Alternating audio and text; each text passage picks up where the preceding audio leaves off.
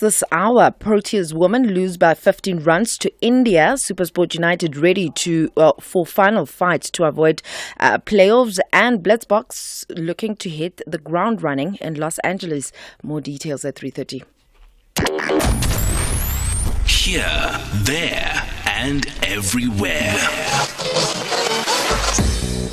SAFM 105 FM in Mokopane.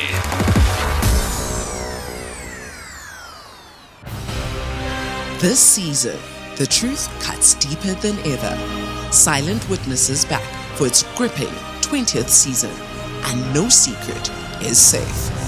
Dr. Nikki Alexander and the Lal Center team dive into chilling murders, dark conspiracies, and personal trials that hit closer to home than ever before. Truth speaks, if you know how to listen. Silent Witness, Season 20, Thursday and Fridays at 9 p.m. on S3. Don't just watch the mystery, feel it. S3.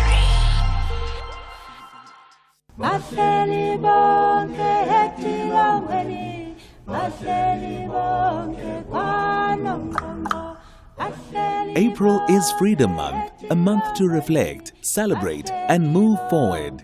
SAFM is bringing you powerful stories, insightful debates, and voices that shape our nation. Stay tuned to SAFM, where freedom, history, and the future meet. SAFM, leading the conversations that move us.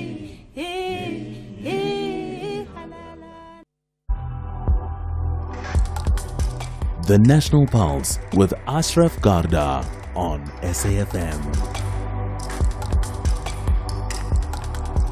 You're listening to the National Pulse, weekdays 3 to 6 p.m. I wonder if you tuned into yesterday's show of the National Pulse. I understand it's a public holiday and some people listen, other people sort of move away from the regular habits. But I say that because we had a fabulous surprise, and you would have had it too if you listened in.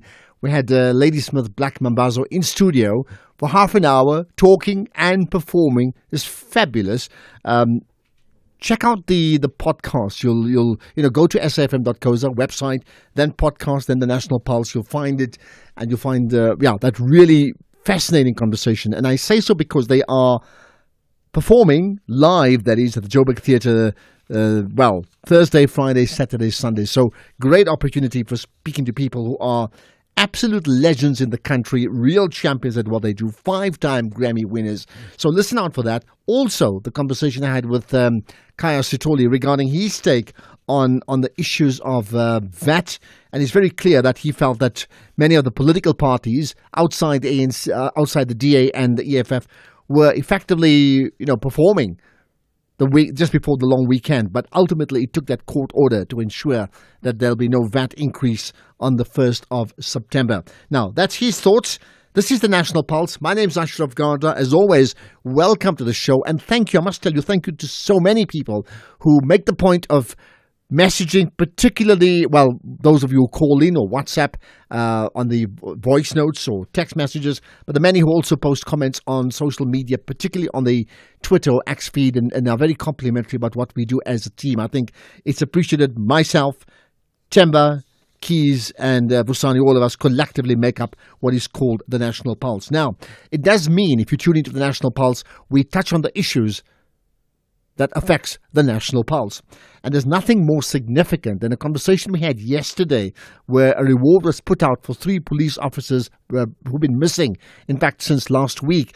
And at that stage, we chatted to Atlenda Mate, the police national spokesperson, hoping for some good news soon. I'm afraid the news is not good. It's really, really bad news. Let's cross right over to Brigadier Atlenda Mate on the line with us here. Appreciate your time and thanks for connecting to us really on a very, very disappointing day, isn't it, Atlenda? Hi, yes, Ashraf. In less than 24 hours I was speaking to you. We were quite hopeful that we will get a positive breakthrough. But I can confirm that we are standing at 5 bodies now that have been retrieved by our police divers. We are actually on the way to this scene of where the fifth body has been found. It's quite a difficult moment. The families have also been flown in. They are with the National Commissioner. They will then be taken to the mortuary where some of the bodies are. Okay. And yeah, it's a difficult afternoon for us. It's been a difficult 6 days for us searching without answers. But yesterday, while we actually spoke, Yeah. we our investigating led us to where we are today along the N1, the Enops River. We started combing this particular river, and we made the discovery of a vehicle, but not the VW that we have been looking for. Another vehicle. We made the discovery of two bodies. This morning as well, the third body was found. This afternoon, a fourth body was found. Okay. And now we are confirming a fifth body. So, I mean, yes, I mean, we were hopeful. You certainly were, because you were not just reporting on a crime story, but there were a crime story that affected your colleagues, right? But the search was for 3 people, and you mentioned the Hanops River. What do you understand by the fact that now 5 bodies have been found when only 3 were missing? Look, we are still trying to piece together what may have transpired. At least if we have the car, if we could have found the car, then we would know what it is that transpired. But we are investigating. Sorry, put the blue light on. I don't want problems. Okay, sorry. No, we just going on the way it's to fine. the scene. Okay. Yes. Where was I? Sorry. Well, you're Because talking we're just about driving on the way you to. don't have Oh, the car to give you vital clues, right? That would have helped you, because my question was, how did you discover 5 bodies when you were looking for 3 that okay. were missing? Yeah. So yes. So we found one body in a Renault Kangoo. I think it's a panel van. And then we found another body, in debris and stuck in debris. The third body this morning. A fourth body looks decomposed. So we're also trying to figure out what is happening along this river. Okay. And Why are we the finding Renault a lot van of you speak bodies? about, the Renault van, I mean, that's not the missing car of the police officers, are they? That is a It's different car. not. Yeah. It's not. Okay. It is a different car. It paints a picture. It may say there was an accident, but we are still trying to piece together whether there was an accident or were people thrown into this river. So we need to find the car. The car will give us more clues as to what Okay. really transpired here. All right. Now have they? So you were looking for three police officers, right? So bodies have been discovered. What led you to Hanops River? I mean, what suggested wanted to look there? Remember, Ashraf, I assured you yesterday that we've got the expertise, we've got the capabilities. There's nothing too hard for us to crack as the police. We have solved many cases. We've put hardened criminals behind bars. And like I indicated yesterday, it was just a matter of time before there was a breakthrough in this case. So our expertise, our detective work, meticulous detective work led us I to this see. river. And Okay. indeed, that's when things started unfolding. Okay. Now the search were for 3 people, and you've discovered now 5. Can you confirm that the other 2 people? Well, 2 things: that the 3 people, have they been identified as police officers, the people you were looking for? And number 2, the extra 2 people, are they also police officers? Have they been identified or not? We have identified one because they had some form of identification on them and the number plate of their vehicle. Oh, yeah. And then the other 3, remember, the families have been brought in. Yeah. We need to go through an identification process. Okay. We need to go through an identification process. We have already taken their fingerprints, but most importantly, we are We are waiting for the families. They are with the National Commissioner now. They've been flown in, as I've indicated. Right after that, we'll take them to the mortuaries, and they'll tell us if indeed it is their loved ones, it is their children, and also DNA would also tell us if it is our missing police officers. But you can confirm that of the 3 originally missing, one of the 3 has been identified. Have I got that correct? No. None of the 3. The one that was identified is an individual. Yeah, one of the other 2. So there is a decomposed body, and then there is also another body that was found in the Renault. I understand. Okay. Well, when would you know? And I know it's difficult to say, but when would you have a sense of that they would be correctly identified or not? No, by this evening. We are just waiting for the families. We just want to actually just give the family that respect. Fair enough, yeah. All right. Yeah, well, as soon as there's an update on the story, do let us know. I know you're busy. Clearly you're busy, so I'll let you go. Give us an update as soon as you can, because I think there's sadly, but there is a massive interest in what has happened here nationwide. Yeah. So Brigadier Atlenda Martia, thanks for your time. And again, it's a strange thing to say. My apologies on behalf of, I think, the broader SAFM National Pulse community, on behalf of all of us. Apologies and condolences to, the police service, as well as the families of those people who were missing. And it could well be that they are the same people we're talking about. So thank you for your time. And that is Brigadier Atlenda Martia, the national spokesperson, the police national spokesperson. Right, your thoughts on what clearly is a gruesome story. I mean, 3 people, 5 people found in a river. I'd like to get your thoughts on that. You can WhatsApp right away, 0614 104 107. We'll take your calls, not now, just now, but save the number, 086 000 2032. And there's nothing stopping you from tweeting right away using the hashtag The National Pulse and then tag SAFM Radio and myself. Right, let's get an understanding of what's really going on in that region of Kashmir that is really part of 2 countries, India and Pakistan, right after this. In an apartment far, far away. Mara Springs is not that far, Mos. Who's the narrator here? Sorry. Exists a room dedicated to who Morena refers to as the GOAT. From his very first soccer boots, right down to the shirt that he wore in his final World Cup, Morena has it all. Ask Morena anything about the GOAT, and the answer will roll off his tongue like second nature. Morena is not just obsessed. Morena is the GOAT's super fan. Who's really boy? It's me, super fan. Yeah, sure, boy. Tune in to Superfan Saturdays at 7:30 p.m. on S3 and watch contestants compete in challenges related to their favorite artist, ultimately lip-syncing to determine the ultimate superfan. S3. The Market Update, Monday to Thursday, 6 to 7 p.m.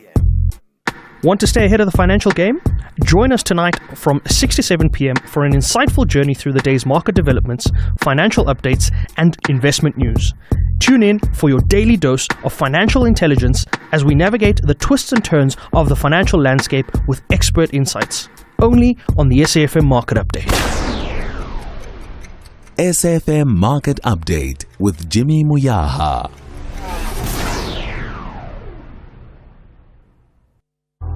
X at SAFM Radio and at Ashraf Garda.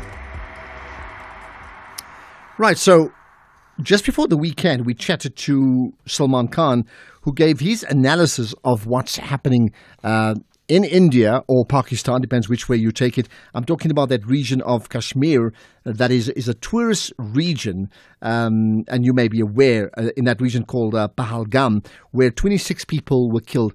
They talk about that whole region as the Switzerland of that region, or Little Switzerland. It's so popular, right? So 26 people were killed, mainly all civilian tourists, I understand, right?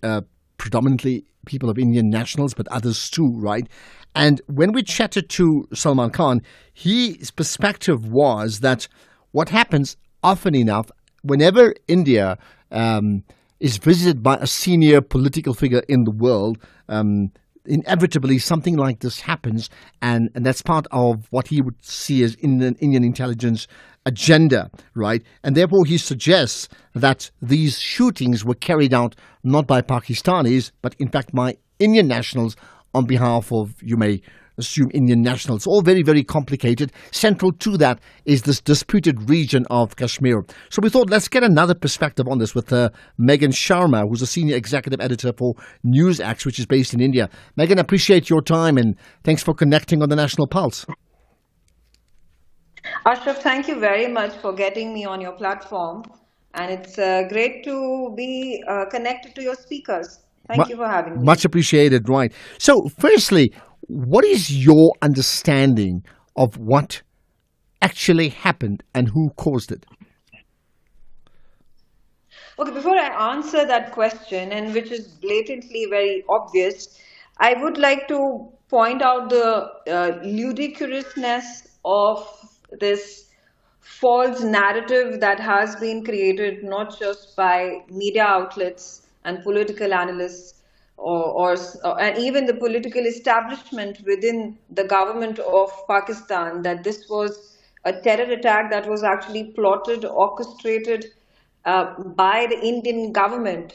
To point it out to the people who are watching, who are listening to us right now, it was on the very day that Prime Minister Narendra Modi was in Saudi Arabia to hold those very important bilateral agreement talks with the Saudi Crown Prince Salman.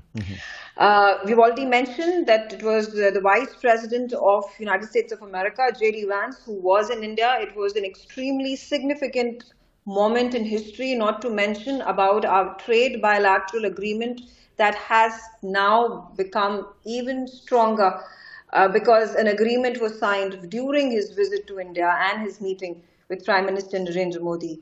I also find it completely hilarious to even try to fathom the cause why a government of a country would want to kill innocent civilians, innocent people.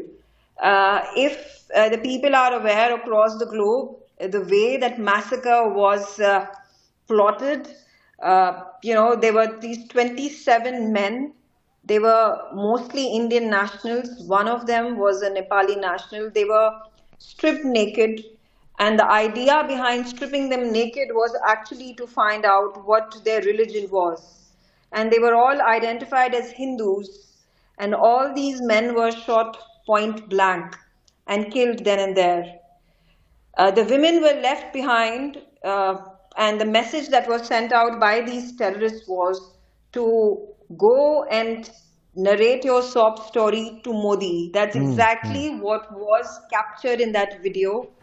If you can hear the voices, the conversations that was being had, these terrorists had those body cams on them while they were on the shooting spree and killing these men. All right, so that point is taken. Now we'll talk about just what is the dispute about Kashmir in a moment, right? But certainly any act that causes a loss of life, civilian lives, is just unacceptable, and one can't defend that no matter what.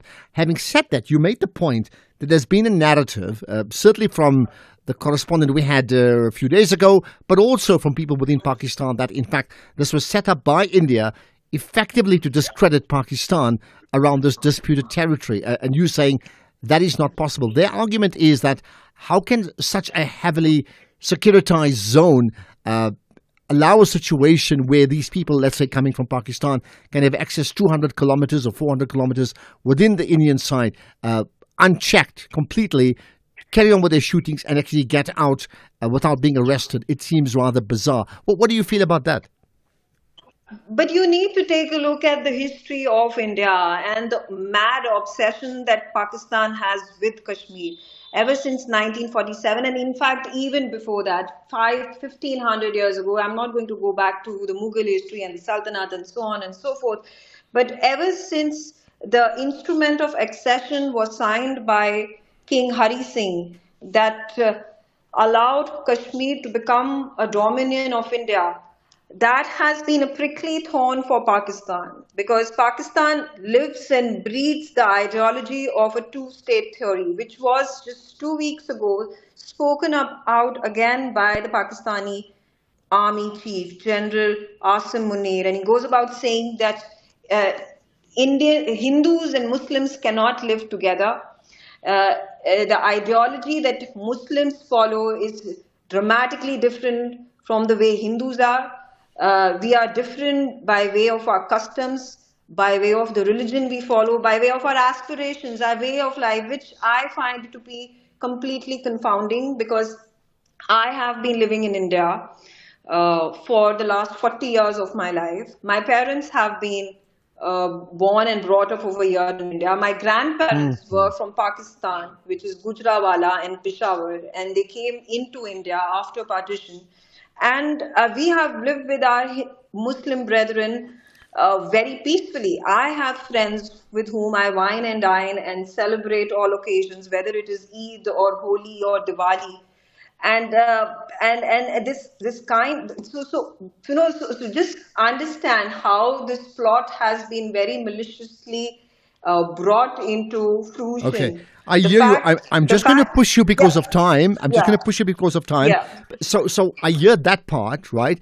The counter to that is that when India and Pakistan were petitioned off in the 1947 period, as you alluded to, then the problem arose where one of the states with a vastly Muslim majority, which is Kashmir, was then handed over to India, and that has been the cause of the conflict, right?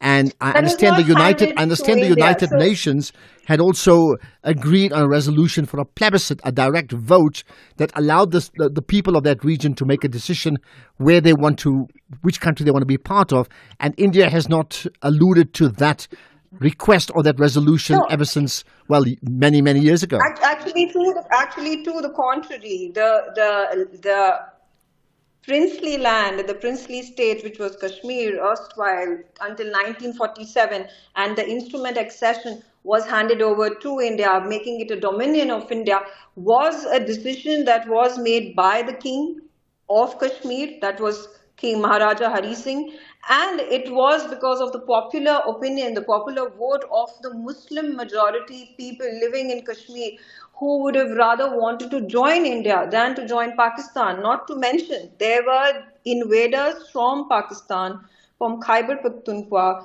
which was at that point of time called the Northwestern Frontier Province, and hundreds and thousands of them tried to invade into India through Kashmir, and they were Sikhs, Hindus, hundreds and thousands of them massacred, raped. Mega, I'm just going to push you because we do need to wrap up. I hear that, but I mean, do you agree that, right or wrong, there has been a United Nations resolution that asks for a plebiscite, a direct vote, now also for the people of that region to make a decision, and that's not been adhered to by India? I mean, is that correct or not? That's contrary to what you say. There have been parliamentary elections that have taken place in 2024.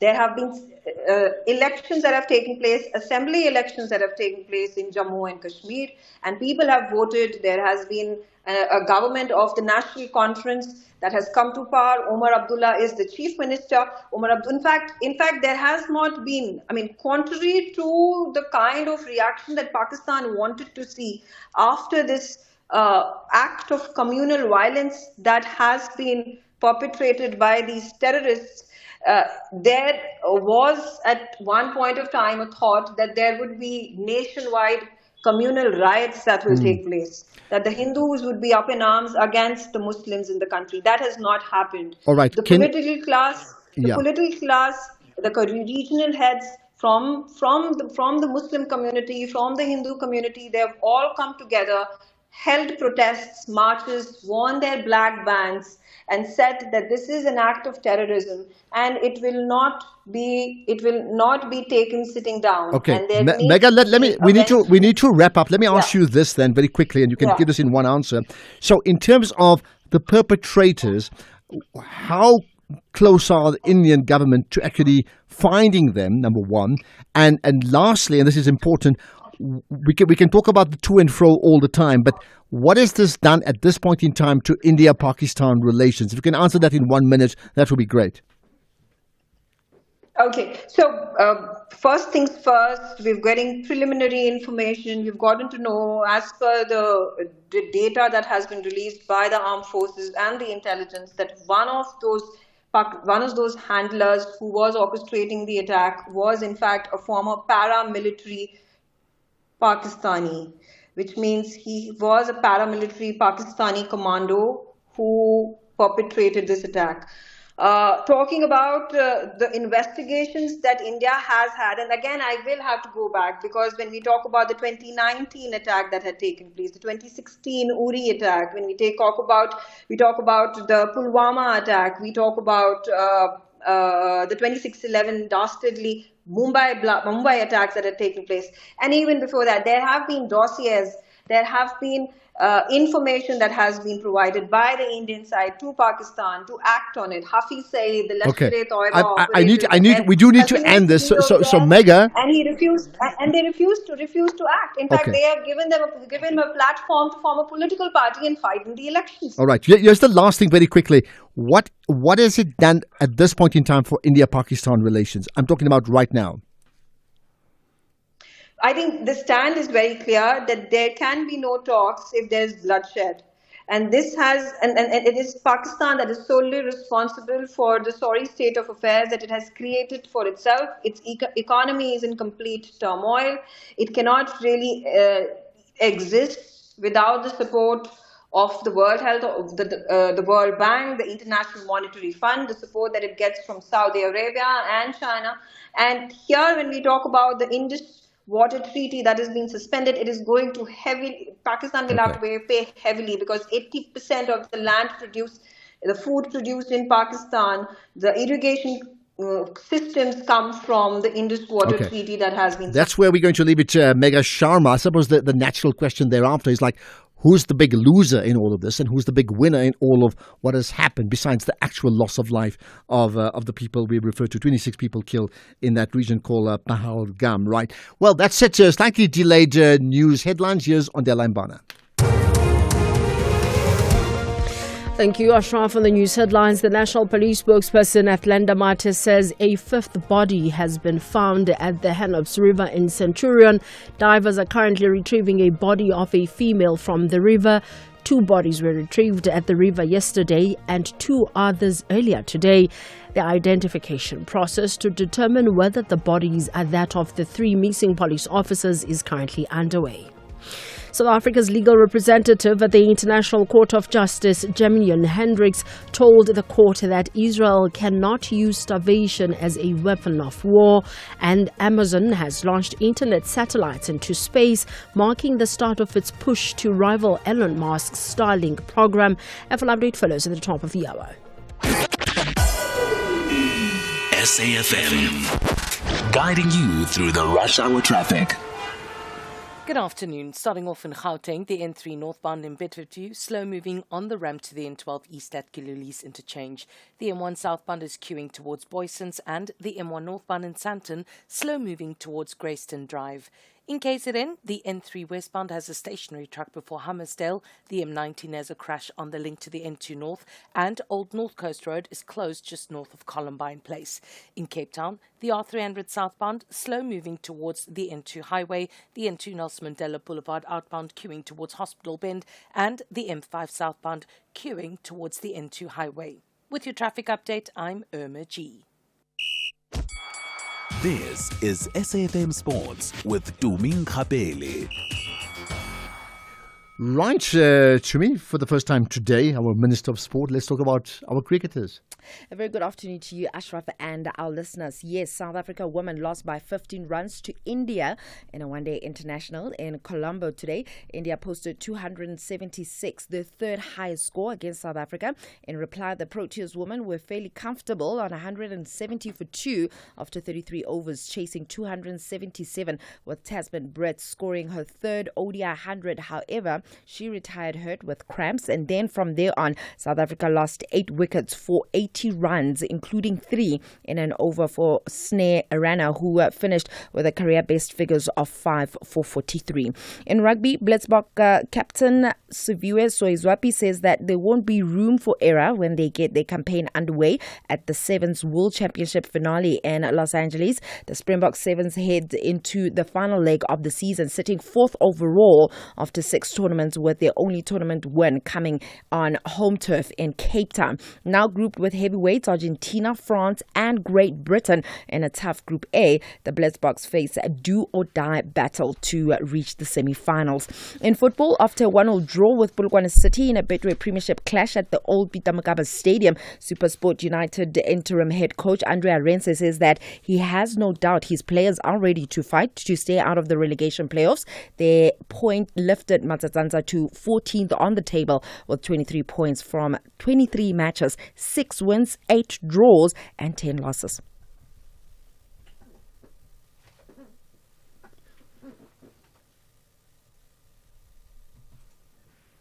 Meanwhile, Mamelodi Sundowns coach Miguel Cardoso has expressed dissatisfaction to their Betway Premiership fixture against Cape Town City this weekend.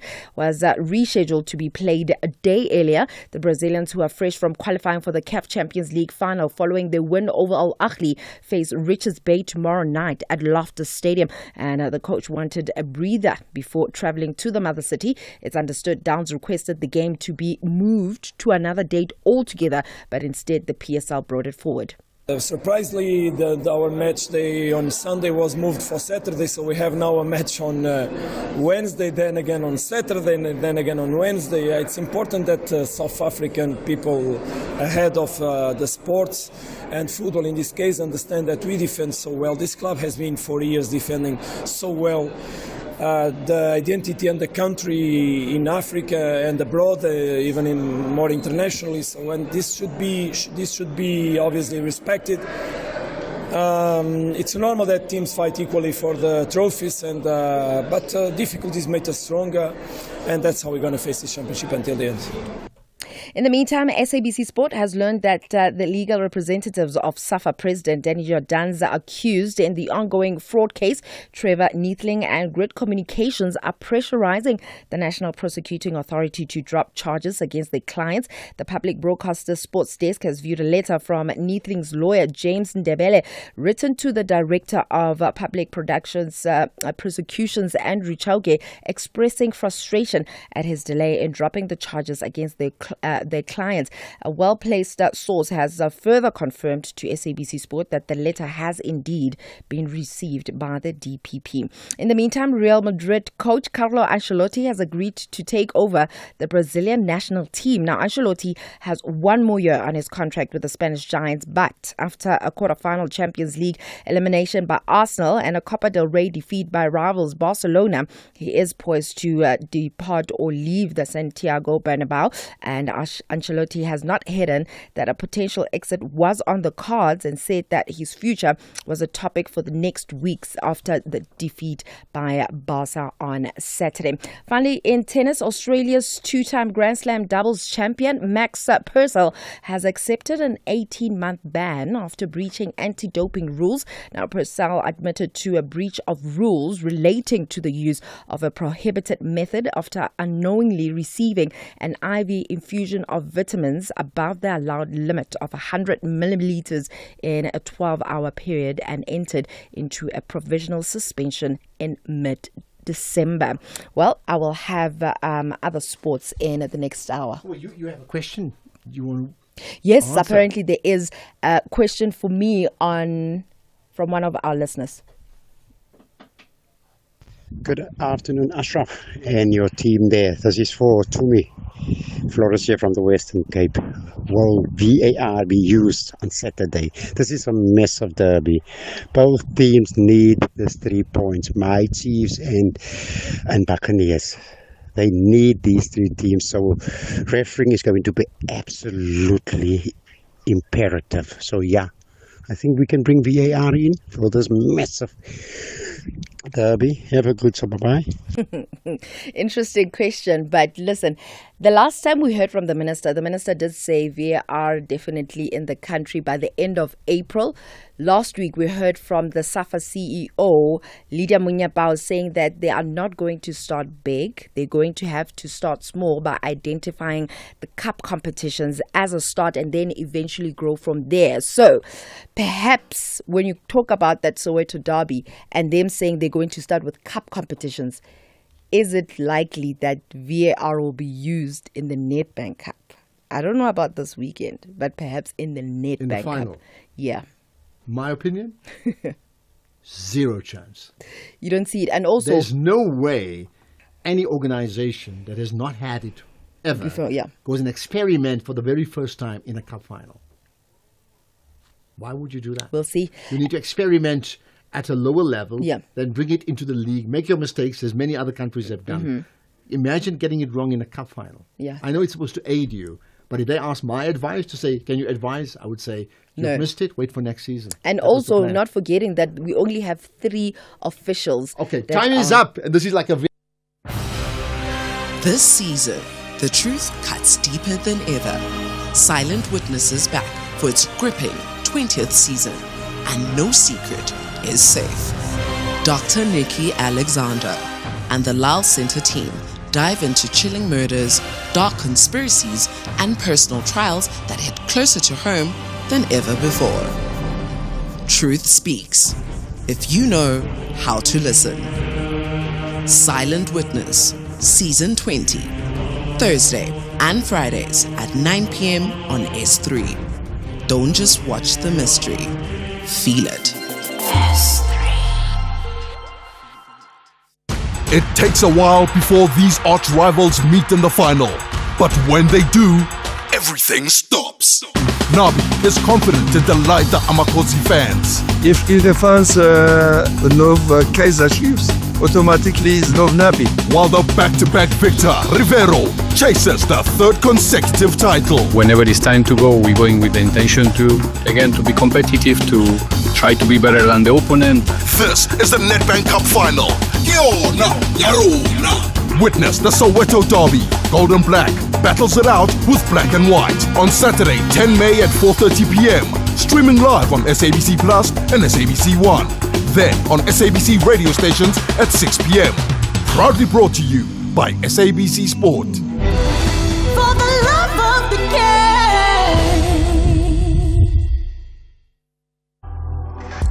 You are listening to the National Pulse with Ashraf Garda. In a strange way, when you have a public holiday to celebrate an important day and it's a public holiday, I always find the level of consciousness around that holiday is less when it's declared a public holiday. Not that you mustn't, okay? For that reason, you have Freedom Day effectively on Sunday, and then you had the public holiday on Monday, and often these messages get diluted. But the significant message coming from Jay Naidu, remember, former MP and cabinet minister himself, is asking some important questions about South Africa, 31 years of democracy, and what's next for South Africa, and how do we ensure that we don't fail those who fought and died for the freedom and democracy that we enjoy today. So we thought, let's do just that. Let's get Jay Naidu's thoughts. Appreciate your time here on the National Pulse. Jay, hi. Hi there, Ashraf. Great to be back on the show with you. Much appreciated. I think consistent with that question that we've asked is a piece that you put together a few days ago. And I mean, the opening 3 lines sums it up, right? It says, 31 years, a promise of a better life is deferred. We are puzzled. I don't need to say more. How do you understand that point, that you actually do believe, I understand, that this promise of a better life has been deferred? Well, the reality of the life of the majority of people is very clear to see, Ashraf. I mean, if 40% of our people did not participate in the last election, I mean, that's a vote of no confidence in democracy. And that's something that I know so many people that died for the right to vote in our country. And we have to ask ourselves, what have we missed? Therefore, I am puzzled. What do we have to unlearn? I'm talking not just about South Africa. The whole world is in a state of collapse, not just ESCOM. I mean, leaders are talking about war in Europe and they're preparing for war. That's what people are being told. There's polarized debate. We do not even debate nowadays because there's nothing civil in the language. It's hard to differentiate what is left from what is right. Global leaders are at war with each other to either divide up the world again like it was in the 30s before the Second World War killed 60 million people. Yes, there are agendas that are now beyond our control, and our only defense as Africa is to unite citizens across nations, race, creed, even class. We cannot be 54 fiefdoms that are basically controlled by the rest of the world. So this is a tipping point. And we've all been prepared and born to be present. We do have a choice. We can choose peace over war. We can choose love over hate. We can choose humanity and human unity over division and tribe. We have the bulk of the mineral and natural resources that drives the global economy. And so while the global elites fight with each other to shape why don't we unite to shape our own strategy and use a different paradigm? But One that is shaped by clearly, human we don't do it. integrity. We don't do it for many reasons, and you probably would know better than most because you've been in government of one of the 54 countries that you've alluded to. And I'll talk about the multinational issues back in a moment. But let's just go back to South Africa just for the moment, right? So that phrase, "a better life for all," right? What are your thoughts? What percentage of the 60 million odd South Africans are enjoying a life that is better than what it was, let's say, on the eve of that 27th of April, 1994? Well, there's some things that are intangible that we can never take away from us. I was 4 years old when we were booted out of our house because we were the wrong color on the wrong side of the street with 5 million other families in South Africa. So that can't happen again, even though it does in some senses in a less transparent way. But I'm talking about the material and meaningful material improvement in people's lives. If you take young people today, I mean, the statistics are very clear that after 12 years of education, young people have very few skills, very little ability to find a job in their lifetime. And so we have an underclass of people that is permanently unemployed, which today is 31% of the population, 1 in 3 people. And so is almost half the population not able to feed itself. So the 28 million grants are not something we should boast about because it means that we are not creating the type of economic growth that is inclusive, that allows people to have the dignity of labor, to be able to build their own livelihoods in a time when everything is changing in the world because of the technological revolution, which is going faster than it's ever done before. So we have to rethink everything. We have to question everything and question everybody.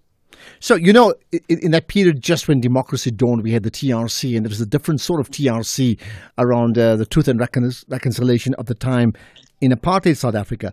But if you were called up now for a modern-day TRC, and I don't mean refer to what happened in apartheid, but what has happened in the last 3 decades or so, right? And a simple question would be, what have we got so wrong, and why have we got it so wrong? What would you answer? I think it's greed. Because fundamentally, at a material level, in terms of employment, in terms of education, in terms of access to health and human well-being, the majority still do not have access to that. Look at the state of our public hospitals. Look at the growth of the private health sector. Look at the growth of anything that's happened. Look at our state-owned institutions. So I think that there are many things that have not been delivered, and largely because I think 65 million South Africans today have to stand up and say, listen, we all need to do something. We all need to do one act of kindness every week. And what that act of kindness could be is anything. I've taken my pension and I've used it to buy a farm that will be a center of regeneration in the Magaliesburg area because I want young people to be trained in regenerative agriculture so that they can have jobs, and we can negotiate that they get land and get support, and we negotiate with the market. But at the end of the day, I'm not waiting for government or business or the mining sector or this sector. I think 65 million South Africans need to stand up and say, listen, just like we have freed our country, and that's what freed our countries. Leaders did not free our countries. People stood up and they said, we had enough. We're a rich country. We walk on gold, platinum, diamonds. We walk on such mineral wealth that is unbelievable. It's like God stumbled and fell and left all his, dropped a suitcase of wealth in our land. But so why are we poor?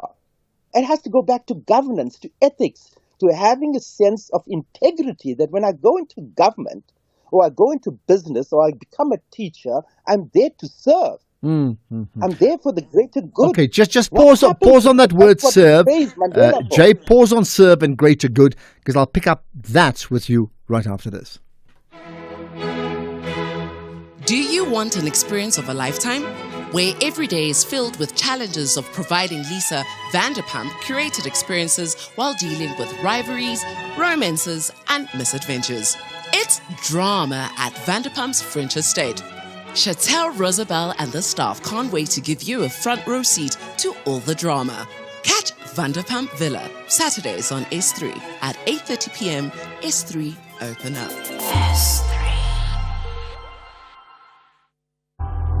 X at SFM Radio and at Ashraf Garda.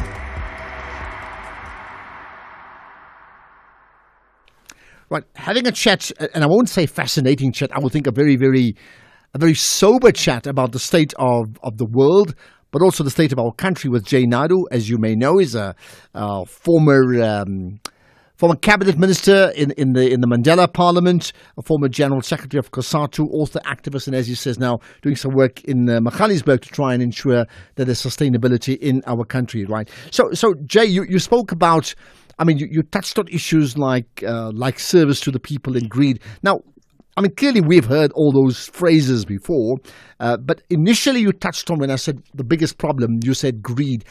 How did we fall into this greed trap as a nation of leaders? Because how did the leadership of South Africa become greedy? What happened?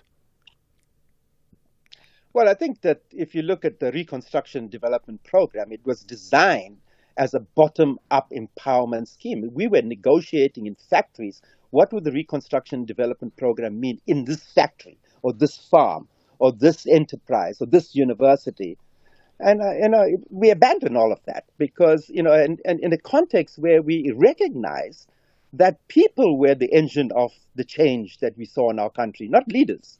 So the very people that brought the change, we disempowered them. And I must accept that I was part of the leadership that did this because we thought the state would do everything. And then the state got involved in negotiations with big captains of industry, and we ended up with BEE, and the type of BEE that made a few people incredibly wealthy, but left the majority behind. So I think we need to go back to new models. And the world has changed today, because if you look at the world today, I think if you look at the ecological side, which is what I experienced in the Magaliesburg, what do we need? We are part of nature. We're not apart from it. It is nature that provides us with air, with oxygen, with forest, with the soil that is sentient, that has microorganisms, that gives our food nutrient density. It is the earth that gives us water that we are 70% of, and so is everything else that exists in this world. So why don't we understand that we have to build a symbiotic, reciprocal relationship with these resources that is our blessing, and build a world where we're not, again, destroying what gives us life. And I think these are the questions that we missed when we were there in leadership. The issue of environment, the issue of indigenous wisdom, the belief systems of people that existed before slavery and colonization, that respected the land, that when they saw the mountains, they saw it also as beings to which we could relate. So if you look at the world today, I think the biggest single problem we have with humanity is that they think we have domination over nature. And we separate ourselves from nature. And this is the cause of why we have this insane addiction to consumerism, as if this world will sustain us forever. And this is the major change that we need, is greater servant leadership, takes greater integrity, more compassion, more things that we respect the first leadership of Mandela for. Okay, let's brought back into our lives and for us to have compassion today. Let's look at some of the practical things as in the few minutes we have remaining, right? You made the point earlier on that, in fact, it is not the politicians that gives the people freedom. It's the people themselves that assert themselves, and I'm paraphrasing, to be able to get their freedom. So we've had a literal freedom in terms of a vote at the ballot box on the 27th of April 1994. I made the point yesterday that if one of the tools of freedom was transformation, then one of the factors you had to see was a complete narrowing of the gap of inequality. Now, clearly, that gap is not narrow at all, right? So the question to you is not even to debate whether it's true or not, because it's true, it's very obvious. But the more important one is, so if we say that freedom and the right to lead resides within the people, what practically should the people of South Africa be doing right now? What can they do? We can organize ourselves. So if you take the bioregion of the Platinum Belt, that's what I'm doing. I'm talking to farmers, farm workers, communities, mine workers, mine owners. I'm talking to everyone to say, at the end of the day, if our water is polluted, it affects us all. It doesn't matter how rich you are, whether you're white or you're black or you're rich or you're poor. It affects us all. So can we unite? Human unity is the most important thing. It doesn't to be big things that we have to do, rather than building a Titanic, because you know what happens to Titanic. It's like the liberation movement today eating up the children of the revolution. So rather than, let's develop an idea that 65 million people are all an individual boat. We all can do something. So next time you stop at the robot, rather than swearing at the guy wanting to wash your windows, have a conversation. Reach out to the people working in your house. Smile at someone, and ask them, how is your day? To the idea that you can, if you're a corporate, rather than ticking boxes on corporate social responsibility and social and labor development plans or environmental legislation, do the right thing. If you're a teacher, teach, not abuse children. Okay. So I think these are simple things that we can do. And as we build that armada of small boats builds a tsunami of change, that we end up with real democracy, rather than the idea that we are all afraid of our government or beholden to our government, and we end up in a dictatorship. Okay, we've got just about a minute and a bit to go before we get to news. And hopefully the tsunami would be a very positive tsunami as opposed to the negative connotation that it often brings, right? I'm going to put this to you that, I hear what you're saying, and it all sounds wonderful, right? But in the light of what you said about the hegemony of the political leadership, irrespective of which party we're talking about, I'm going to suggest if people mobilize in a way outside of party politics, as they have done around, let's say, the UDF, for example, that the politicians of the day today won't allow it. It is against their vested interest to see mass mobilization of civil society. Why do we need the permission of politicians? We are not married to these politicians. They are there to serve us. It's public taxpayers' money that pays them. And it's taxpayers' money that creates the economic infrastructure that make businesses succeed. So business leaders can't go and claim that they on their own made their billions. So this is the thing, the irony of it. At the end of the day, we all contribute with the road infrastructure, the education infrastructure, the health infrastructure. This is taxpayers' money. Why must we be afraid of people that are in power? And this is what I cannot understand. We were never afraid in the past. Why are we terrified today? So is there a place? Because I'm going to suggest that we know that people don't have the agency. They don't see what you see, right? But here's the last thing in 30 seconds. Of all the things that you've said, and I know what you're doing right now, but is there a place for you in formal civil society right now? No. I don't believe in any of this. I think we are at a point where there's a new paradigm of thinking. Young people do not like to listen to old people talking about what I rather want an authentic conversation where new ideas, new paradigms of thinking, like when we were young, Ashraf, to these forums that created new ideas that completely were different from what our parents were fighting for or stood for.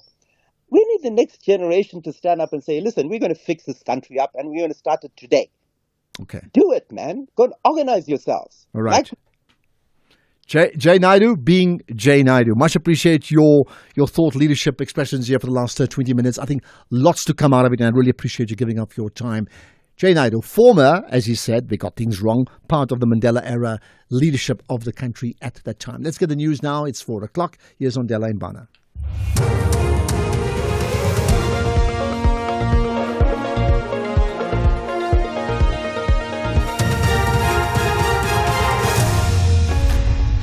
Thank you, Ashraf. Top stories at 4. A fifth body found in Centurion, and the public still barred from sections of the Table Mountain. For SAFM News, I am Ondela Mbana, and a very good afternoon. National Police spokesperson Athlenda Mate says a fifth body has been found at the Henops River in Centurion. Divers are currently retrieving a body of a female from the river. 2 bodies were retrieved at the river yesterday and 2 others earlier today. The identification process to determine whether the bodies are that of the 3 missing police officers is currently underway. The 3 officers went missing last week while travelling from Bloemfontein to Limpopo. The search for the car they were travelling in is ongoing. Obviously, you don't want to say a lot when the family is not yet here. Otherwise, you're going to learn some of the things from the media, and which will actually be bad. It could be anything, because remember, it was in the early hours of the morning and they were driving. So it could be anything. At this point in time, we cannot really determine up until the investigation has been concluded.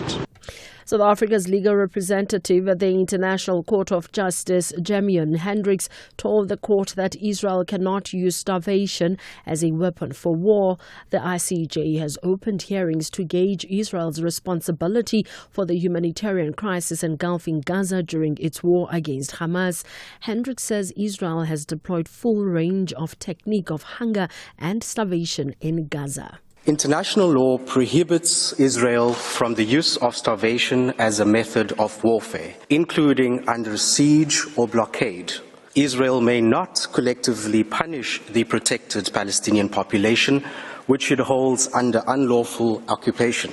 The UN Special Rapporteur on the Right to Food, in his report of 17 July 2024, stated, "Starvation reflects a state's fundamental abandonment of its human rights obligations." Road fatalities over the Easter weekend reduced drastically this year by almost 50% as compared to the same period in 2024. This was announced by Transport Minister Barbara Creecy during a media briefing in Pretoria. The highest number of fatalities were recorded in the Eastern Cape with 28 deaths, followed by KwaZulu-Natal with 27 fatalities, and Gauteng and the Eastern Cape both having recorded 22 fatalities. Minister Creecy says Mpumalanga was the only province that recorded an increase in fatalities. Fatalities were reduced from 307 over the Easter weekend in 2024 to 167 in 2025, which is a 45% decrease. All provinces recorded decreases in fatalities, except Mpumalanga, where there was a small increase. There were 28 fatalities in Mpumalanga compared with 22 in 2024. SANParks authorities say sections on the Table Mountain National Park are still not authorized for public use. This is 3,000 hectares of vegetation burnt at Upper Tokai over the weekend. Manager Megan Taplin. With fires of this nature, it has spread over quite a wide area. We think about 2,800 hectares has burned so far. And there we have many days of mopping up, even once the fire is contained, because there are a lot of smouldering logs and stumps that can keep heat. And depending on what happens with the wind, when wind direction changes or wind picks up, it can cause flare-ups that we need to attend to. Amazon has launched internet satellites into space, marking the start of its push to rival Elon Musk's Starlink program. The 27 satellites are the first of more than 3,000 due to be sent into orbit for Project Kuiper, which aims to beam high-speed broadband across the globe. Amazon is, however, playing catch-up with SpaceX. The BBC's Lily Jamali has the details. The first 27 Amazon satellites of more than than 3,000 planned were launched into orbit from Florida. By comparison, Starlink already has more than double that number, now providing internet service to millions of customers. They include individuals, businesses, and governments. Among them, for now, Ukraine during the long war following Russia's invasion. Recapping the top story, the National Police spokesperson Athlenda Mate says a fifth body has been found at the Henops River in Centurion.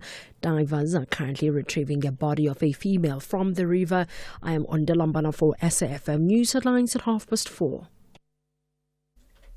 In your sports this hour, Wydad Casablanca grant Rulani Mokoena exceptional leave, and SA emerging men's and women's squads announced for Bangladesh tour, while Swiatek scrapes into Madrid Open loss 8. More details at 4:30.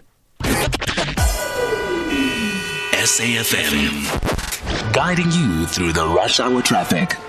Good afternoon. Starting off in Gauteng, the M1 southbound is slow moving towards Boysons and the N3 northbound in Bedfordview, queuing on the link to the N12 east at Kiluli's interchange. In KZN, the N2 southbound, a stationary vehicle after Mgeni Road, and the M4 northbound has roadworks with traffic restrictions towards Athlone Drive. In Cape Town, the M5 southbound is slow moving towards Milner Road, and the M3 southbound is slow moving towards Rhodes Drive. With your traffic update, I'm Irma G. Across South Africa, online and on radio. SAFM, let's talk. He's short, loud, and definitely not a licensed therapist, but he's asking the hard questions. It's Heart to Heart with Kevin, the only talk show where the guests spill the tea and Kevin spills the jokes. Real talk, real laughs, and real short host. Heart to Heart with Kevin, Wednesdays at 7 p.m. on S3.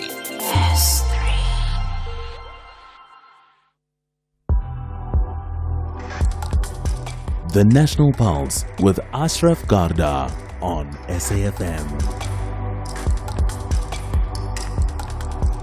You're listening to the National Pulse, weekdays 3 to 6 p.m.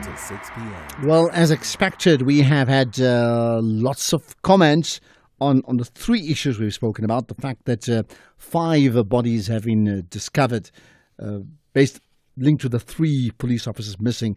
As you know, we've been discussing that case with the police spokesperson earlier on. The podcast of that conversation is up already. You can check it out, safm.coza. We'll also tweet it out, so check it out on our X platform. And then the conversation we had regarding India, another take on the Indian story with Megha Sharma, reflecting on what was said by Salman Khan on Friday. And the third one, Jay Naidu, he's thought leader conversation of where South Africa is right now. And, well, you know, that dream deferred, as we often talk about. I think linked to that, and here's a comment from someone, you know, Jay Naidu's been quoted as saying, "We have all the minerals, gold and diamonds. We walk on top of it. Why are we still poor?" And then Felix Motaung commenting, saying, "Well said, a BEE that benefited J&J immensely, including being a service provider to SAA way back then, that's very honest in not excluding himself from the few that benefited." Well, this is the National Pulse. We get the big hitters, we talk to them, we talk about them, we get you to comment as well about all of them. Well, talking about big hitters, possibly the biggest hitter of them all in our country is the president of the country, Cyril Ramaphosa. And you know, there's been an ongoing discussion and investigation into the Phala Phala saga, and I say saga because it is like a series that appears to be never-ending. Now, there's a new development. Action SA, the political party, has formally submitted an application, well, in fact, a few days ago, in terms of the Promotion of Access to Information Act, right, to obtain the Independent Police Investigative Directorate's, that's IPID's report, on the theft that took place at President Ramaphosa's Phala Phala farm. Now, remember, that report up to now has not been available to the public. Let's understand the story behind that with Michael Beaumont, Action SA's national chairperson. Michael, thanks for connecting on the National Pulse. Hi. Ashraf, hi. Good day. It's good to be speaking with you and your listeners. Thank you. So let's get this right. I mean, all you've done at this point in time, you have formally submitted an application to be allowed access to important information. There's no finding, there's no ruling on that at this point in time, right? That is correct. And it's a process that we've started. It's following the fairly recent development of the Minister of Police, who has declared that investigation top secret, denying you and I and the rest of South Africa the opportunity to scrutinize its contents, when the actual investigation was about the conduct of the Presidential Protection Unit members who were involved in the investigation outside of the parameters of the Police Services Act. The public protector found against the conduct of these officers, when always it's detective services that investigate these issues, not presidential protection officers. And there's a real concern here about the abuse of power in the highest office of our country being used to protect, number one, and not protect the rule of law, which is a theme we will all have a strong sense of deja vu about. And that denial of access to information, how normal is that? I mean, I'm not looking at this case, but maybe other cases like that over the years in a democracy, in a constitutional democracy. Has that happened before? It was highly unusual, and I think what's particularly important is the Minimum Information Services Act actually prescribes the conditions upon which government may declare a report like that to be top secret. And it's limited in terms of instances like when it could cause the breakout of a war or the loss of diplomatic relations with another country, none of which appears to be in evidence here.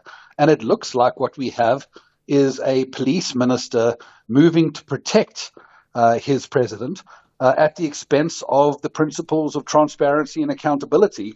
And one must believe, certainly within the context of the public protector already finding against these officers, that there is something that has been found against them that is now being protected. If that report said that they had done no wrong, I guarantee you it would have been on both of our desks. So if you're saying it's a police minister who's actually looked to prevent information that may hurt the president, do you think, I mean, you're very clear about that, do you think then it's a case of the police minister being preemptive about, just looking after a senior political leader who happens to be the president of the country? Or do you think it's the other way around, that the president himself has influenced the police minister's decision-making? It would be very hard to say, but it would be difficult to imagine that if steps are being taken to protect the president, that these steps are being taken without the knowledge of either himself or those working in his direct environment. But either way, it amounts to the same thing, an abuse of executive authority to keep information from the South African people in breach of our constitution, and to hide wrongdoing in the name of politics. And from our point of view, this is something that has to be fought. This is not an issue that has been subject to any of the scrutiny or litigation so far on the Phala Phala matter. And we believe this is a fight worth having. All right, take me through the processes. What happens next? You've put through an application. What happens next? So the law prescribes that the minister will have a certain period of time to respond to our application. Invariably, he will not, is generally the practice, after which a further period of time of around 30 days would kick in. And if he does not respond at that point in time, we would be free to approach the courts and to apply for that information, noting the fact that there's not been the submission of information required by the minister.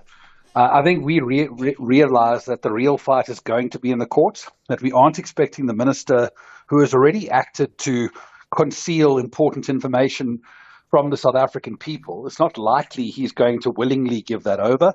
So we're preparing ourselves for a court battle, and an important court battle. Now, interestingly enough, I had a chat with Jay Naidu earlier, and I'm not too sure if you heard it. We spoke about many things, certainly not about this issue. But, I mean, central to the conversation we had about many of the problems plaguing our country is the fact that one is greed from the political leadership. And secondly, there's a need for civil society to understand that they lead and not the political leadership. Do you get a sense, say, for example, on the Phala Phala issue, besides the leadership position of Action SA, that there's now a groundswell of opinion, more and more so, that in fact civil society wants to lead and will lead in this case? Yes, I think so. I think we've already seen it recently with the VAT hike issue. And I think from our point of view, we absolutely welcome when we see civil society rolling up their sleeves and getting involved. We have a strong civil society in our country, and we certainly have a strong need for one. But, the fight continues. There is such a plethora of issues in our country that voters and people are confronted with on a daily basis. And it requires a constant battle from a very well-resourced civil society to be able to fight those battles on behalf of the South African people. But you said it, Ashraf, and it's the most important word, political leadership. The problems we're experiencing in our government that are necessitating civil society to have to step in to deal with government failures stem from a failure of political leadership across the board. And that's where we shall leave it. Michael Beaumont, Action SA's national chairperson, keyword, failure of political leadership. Do you agree with him? And if so, what action would you take? This is the National Pulse. Your Sunday nights are about to get big on S3. We have some of the biggest movie titles that will take you on adventures that you simply cannot miss. Thomas arrives in a glade at the center of a giant maze. The race to escape the maze leads him to a journey. Should they escape, all questions will be answered. Tune into The Maze Runner, Sunday, the 27th of April. Maze Runner Darth Cure on the 4th of May. Maze Runner The Scorch Trials on the 11th of May. S3 blockbuster movies, Sundays at 7 p.m. only on S3. Open up.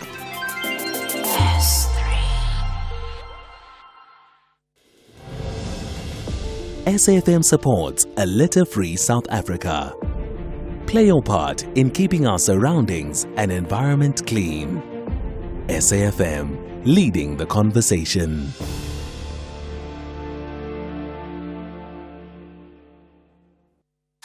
Call us on 086 000 2032.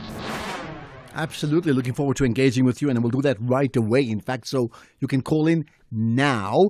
You can tweet now. Hashtag the National Pulse. Don't wait for tomorrow. Do it right away. Tag SFM Radio and myself. And of course, pick out WhatsApps, text or voice notes. Let's get to some of those. Can you imagine? By the way, it's 100 days for Donald Trump. And in that period, it's not so much about 100 days of Trump in the USA. It's Trump and the world in 100 days, isn't it? Afternoon, Ashraf. Mcete here in Kala. Ashraf, there are many bad happenings really in South Africa. And instead of stopping these embarrassment and disappointing issues, there are those South Africans who clap their hands. How can a country that claims to be progressing allow people from other countries to state their dislike of the country that even you yourself, you are trying to solve good relations with? That is South Africa and USA. This country has gone astray in judging good and bad. Or has this country become a den of every vicious animal where everyone has the right to perform what she likes? Thanks, Ashraf Mcete. Okay. You're saying lots of things. I'm not too sure if you're very clear what specific areas that you refer to in terms of the points that you just made. So let's just pause on that. In Bawana, in Mahikeng, let's get to you. You want to talk about Jay Naidu? Go for it. Yeah, go for it, in Bawana. You see, Mr. Naidu is not practicing what he's preaching there, because he was there in leadership to change the policies of this country. Now this country is going down into under their wash. All what they're talking about now, they were supposed to do it when they were still in power. Look at in Burkina Faso. The leader of Burkina Faso is there 2 years. The economy is growth by 4%. Our ANC been into power for 30 years. The growth of the economy is 0.5. That must be broader problem for all the leaders, not exclusive, for all the leaders that is in the ANC. Well, I think he said, not that I must defend him at all, not at all, right? But he did say there are many parts that I think even I was part of it that we erred, without going into the details. So there we are. Doesn't make him right. I'm just making the point. In Bawana, thanks. Well, the overall issue is not so much who was there before. It's like, what is the state of our leadership right now across the country, across the political parties, and other leaders in a position where they are truly making a better life for all of us? And the point that I said even yesterday, and I repeated it today, we can talk about 20 indices in our country, and the one key one is in transformation. It's not about how many players make the cricket team or the rugby team. That's by the way. But have we able to narrow the inequality gap? It's like the number one transformation indice, and we fail on that one. No question about it, isn't it? Right, let's get more thoughts from you. Here's another. Good afternoon, Ashraf. It's a very, very painful story to hear. And condolences to our law enforcement and other people there. So we as a mere people of South Africa, where are we going to run to if the law enforcement are being killed like this? It's very, very painful. Our law enforcement must really dig deep on this one and arrest the people who have done these cruel things. Thank you. Okay, got that. Don't need to add to that. It's a horrific story, isn't it? Ashraf, it's between Deben. You know, judging from the way on how the spokesperson of the SAPS, one does get a sense that they already have an assurance that these people that they found in the lake, it's their colleagues. It's just that, and I appreciate them for that, that's the fact that they do not want to fully divulge the news that it is indeed their colleagues before their families come and identify them. Because like there are a lot of people who are getting lost in South Africa. So one will ask a question that why, as soon as they found these bodies, why they just decided to call the family of their colleagues. You know, like it's about that. But I really appreciate the way on how they're dealing with the matter from my side. I'm doing them sharp. Okay, interesting that you appreciate it. Some people feel they don't. I certainly get the point. I think they've been pretty open and transparent on a lot of issues, isn't it? Good afternoon, Ashraf. I had a conversation today with my uncle. He was asking me about what do I think about the GNU. I told him that the only GNU that I know, that I listen to, is a SAFM because of different views, debate, and issues that are being solved. Brian Mabai from Protea Glen. Thanks for the great show, Ashraf. Very kind of you, Brian. Thanks. Should we rename the show from the National Pulse to the GNU? My goodness, we'll get into trouble if we do that, but I certainly take your point. Here's a comment about Jay Naidu. Hi, Ashraf. Thank you for bringing in Jay Naidu. I remember him for all the marches that you were doing in the clothing industry and so forth. And I think you should ask him, or maybe ask ourselves, where are the clothing factories now? Where are the shoe factories? Where are the furniture factories? All closed down. And that is my point. I think the one point that Jay Naidu have raised, where's the economic growth? Where's the economic pathway? Where is the future of the country? We keep borrowing and borrowing money. Now we have to increase the VAT. That didn't work out. Guys, we're not doing well. It's Anonymous from Devon. Thank you. Bye-bye. Well, thanks, Anonymous. I think in terms of the industry of manufacturing, textiles and clothing manufacturing, it has absolutely collapsed. And it collapsed by and large when the country opened up and they allowed cheaper imports coming from China specifically with maybe low tariffs or nothing. And we could not compete. And when you don't compete, you're out of business. So you still get the cheaper goods that the public enjoys wearing. But what happens? You have no industry. We have no industry, you have no jobs. So work that out. Joan in Teguini, go for it. Joan, hi. Good afternoon, Ashraf. I hope you are well. I certainly am, yeah. Thank you. I have this thing about the youth unemployment. When there are all these young people, boys and girls, coming out of school matric and hoping to go to university particularly, I wonder why nobody ever thought about these young people, again, both boys and girls, taking the chance and becoming electricians or plumbers or welders or bricklayers, because this country seems to be saturated with young people who go to university and bless their souls, at the end of it, there's no work. But if the technical colleges were opened again, they were closed, I believe, when the new government came in, there would be so many opportunities for people, young people, to get into a college. And yes, to them it might be a bit infra-dig, I don't want to do that because I'd rather be at university. But if you come out of a technical college as a plumber or an electrician and you start working for somebody or you try and start your own little business, you will have work for life. It's a fact. And I just think that so many youngsters look down upon these trades because they're not as smart and wonderful as being a university graduate. Well, but then that shows you that the narrative has to change. And Joan, point well made. In fact, many have suggested, there is, by the way, talking about youth employment, there's also the youth employment services where you actually get paid, not a big amount of money, but to actually just get a first crack at a job in some way or the other. But beyond that, there's been this argument to say, drop your minimum wage and you may get more people being employed. Now, you can have that debate, okay? Rather be employed than unemployed. Eunice and Joburg, you want to talk about India? Go for it, Eunice. Yeah, hi there, Ashraf. Yeah. You had a correspondent earlier on from India, and I think she was rather disingenuous.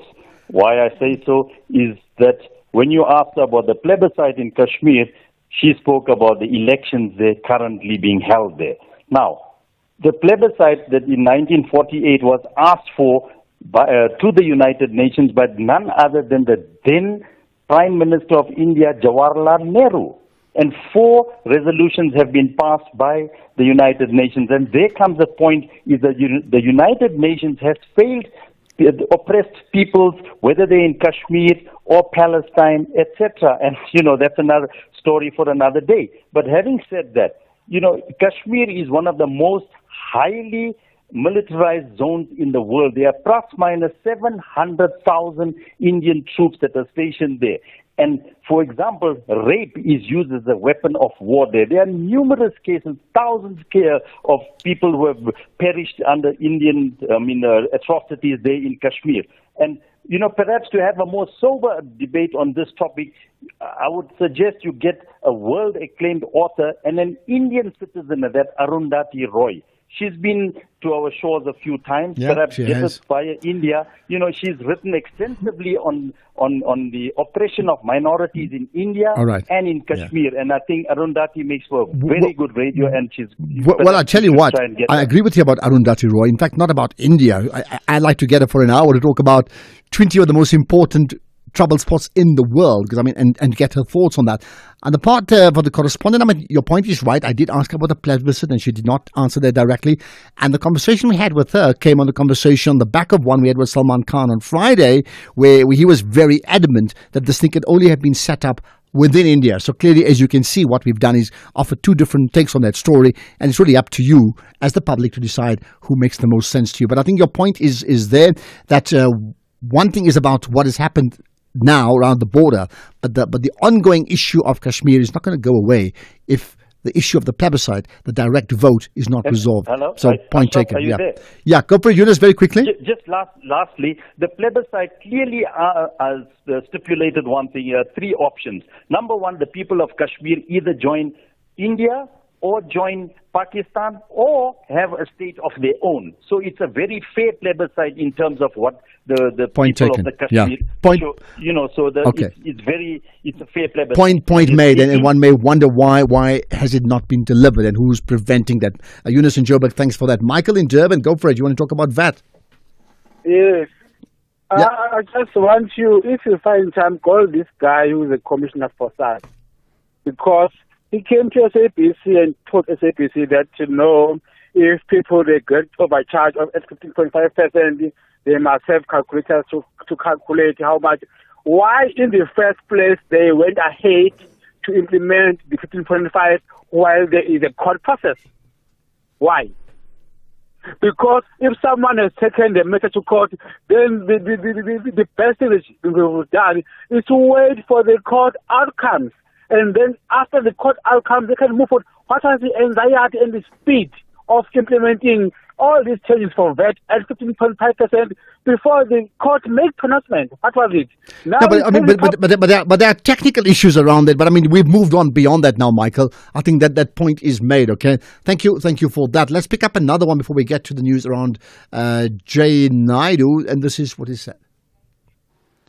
Good afternoon, Ashraf. Jay Naidu is correct. Grid has made many municipalities to collapse. I was in Velcom in the weekend. The place is pothole everywhere. It's undrivable. At night, it's dark. There are no street lights. How did you get to that state? Darkness, potholes. It's a combination of bad things. And the next thing, they reinstated a mayor who was found guilty of a criminal offense. If you can invite the mayor of Velkom, Ashraf, that place is bad. I tell you what, point taken. If we had the time, we probably, and I know there's a municipal watch that takes place on Kathy's show, once a week. But by right, you could actually have a state of the mayorship in every single municipality in our country, big or small, and we'd find problems. I mean, tell me which one's working. It's really sad. I love my country. I think you do too, but doesn't make us wave a flag and say everything's fine. Everything is not fine, isn't it? Right, let's get the news headlines. It's 4:30. Thank you, Ashraf. On the news headlines, Reuters reports that Rwanda's army is escorting Southern Africa troops through its territory to Tanzania as they pull out from the Eastern Democratic Republic of Congo. The Wire service quotes a spokesperson for the Rwandan army for the report. The National Police spokesperson Athlenda Mate says a fifth body has been found at the Henops River in Centurion. Divers have been retrieving a body of a female from the river, and 4 people have been killed in a head-on collision between a bakkie and a sedan that was being towed on the R23 road in Balfour in Mpumalanga. 2 passengers and the 2 drivers of both vehicles. A full update follows at the top of the hour with Greg Hose. SAFM, guiding you through the rush hour traffic. Good afternoon. Starting off in Gauteng, the N1 southbound has a crash on the link to the N12 east at Diepkloof interchange. The N1 southbound in Randburg has a crash before Malibongwe Drive, and Heidelberg Road southbound in City Deep has a crash near Pitt Street. In KZN, the N2 southbound, a stationary vehicle after Umgeni Road. The N2 northbound has a vehicle fire incident before the M25 Commercial Highway, and the N3 westbound queuing towards the M13 Paradise Valley interchange. In Cape Town, the N1 outbound is slow moving towards Plattekloof Hill. Vissershok Road is closed to and from the N7 highway, and Kloof Road is closed between Camps Bay and Signal Hill due to severe storm damage. Closure will remain in place until further notice. With your traffic update, I'm Irma G. This is SAFM Sports with Tuming Kapele. Tumi, let's talk about that coach. Yeah. That coach, and I mean that coach, yeah. Well, Wydad Casablanca have approved an exceptional leave of absence for head coach Rulani Mokoena, citing psychological pressure as the reason for his request. The 37-year-old has been under intense pressure since failing to be a successful title challenger. They currently sit third on the Moroccan Botola Pro League, and his leave will go beyond the final league fixture, and the club has confirmed that the contract will be terminated at the end of the season. So it's been confirmed officially from the club. Meanwhile, that is not going to coach the team any longer. Yeah. That's it. Like effective now, today. Basically. Still staying with football, Orlando Pirates have offered club captain Innocent Maila a role within the club, with his contract set to expire at the end of the season. Maila is a Pirates development product, having come through junior ranks of the club before he was loaned out to Tanda Royal Zulu and then helping the side to gain promotion to the Betway Premiership. He has 207 Pirates appearances with 6 goals to his name. In netball, Zimbabwe Netball Association President Letitia Chimpadu says that collaboration amongst African teams is important to help grow the sport on the continent. Chipandu is here in the country to support the Zimbabwe national team, which is part of the 18 teams competing for the championship in the Telkom Netball League. And she says that she is happy to see the Zambezi Eagles feeding from one of the top nations in netball. No, I believe together we will conquer. As individuals, we don't perform much. We saw this as an opportune time for us to network with South Africa, partnering with South Africa. South Africa is the biggest sister in Africa in netball. They have position 5 in the world, and we believe we will be learning from the best in Africa. So I would encourage all the African countries to start looking at what we've tried to do with South Africa, the partnership. We share notes, we compete amongst ourselves, we uplift each other. In cricket South Africa has announced the SA Emerging men's and women's squads set to tour Bangladesh next month. The SA Emerging Women's White Ball Tour will comprise of 3 one-day matches in Chattogram from the 6th to the 11th of May, followed by 3 T20 matches from the 14th to the 18th of May. Meanwhile, the SA Emerging men will play 3 50-over matches from the 12th to the 16th of May before the first 4-day match, which gets underway on the 20th of May. And the tour will conclude with the second 4-day match in the capital city of Dhaka starting on the 27th of May. In tennis, defending champion Iga Swiatek reached her 5th WTA 1000 quarterfinals of the season with a 6-love, 6-7, 6-4 win over 13 seed Diana Schneider at the Madrid Open. She next faces the winner between Madison Keys and Donna Vekic. And finally, in basketball, the Cleveland Cavaliers beat the Miami Heat 138-83 to secure a 4-0 first-round playoff series win and book their place in the Eastern Conference semifinals. Donovan Mitchell scored 22 points for the visiting Cavaliers, who were also helped by DeAndre Hunter, adding 19 points, while Ty Jerome scored 18 points and Evan Mobley contributing 17 points as they won by the 4th largest winning margin in an NBA playoff game. The 55-point margin was Miami's biggest playoff defeat and overtook the previous record of 37 points, which had been set in the 3rd game of the best-of-7 series. You know, Ronaldo can take over Real Madrid, right? Because Carlo Ancelotti is going to join Brazil imminently before the Club World Cup. They want him now, so they need a new coach for the Club World Cup. So Rolani is available. I'm just saying. Anything is possible. Oh, yeah. I'll have more on other sports in the next hour. The confession booth. A place where the sin-laden soul can offload their transgressions, all in the hopes of finding reprieve for their sins. Stolen your co-worker's lunch? Then the ordinary confession booth with your regular priest will do. But murdered your long-time nemesis and dumped their body in a vat of acid? Oh, then you better hope you're not in Father Brown's confession booth, because he is bent on catching all the bad guys. Tune in to Father Brown, Mondays to Wednesdays at 9 p.m, only on S3. Open up. S3. If you're active on social media and love SAFM, we hope you'll take a moment to like or follow our SAFM page on Facebook and Twitter. These are the best places to find all the guest information, conversations, and stories you love from your favorite presenters, along with regular updates from SABC News. And don't forget, you can send your questions to feedback@safm.co.za. SAFM, leading the conversation.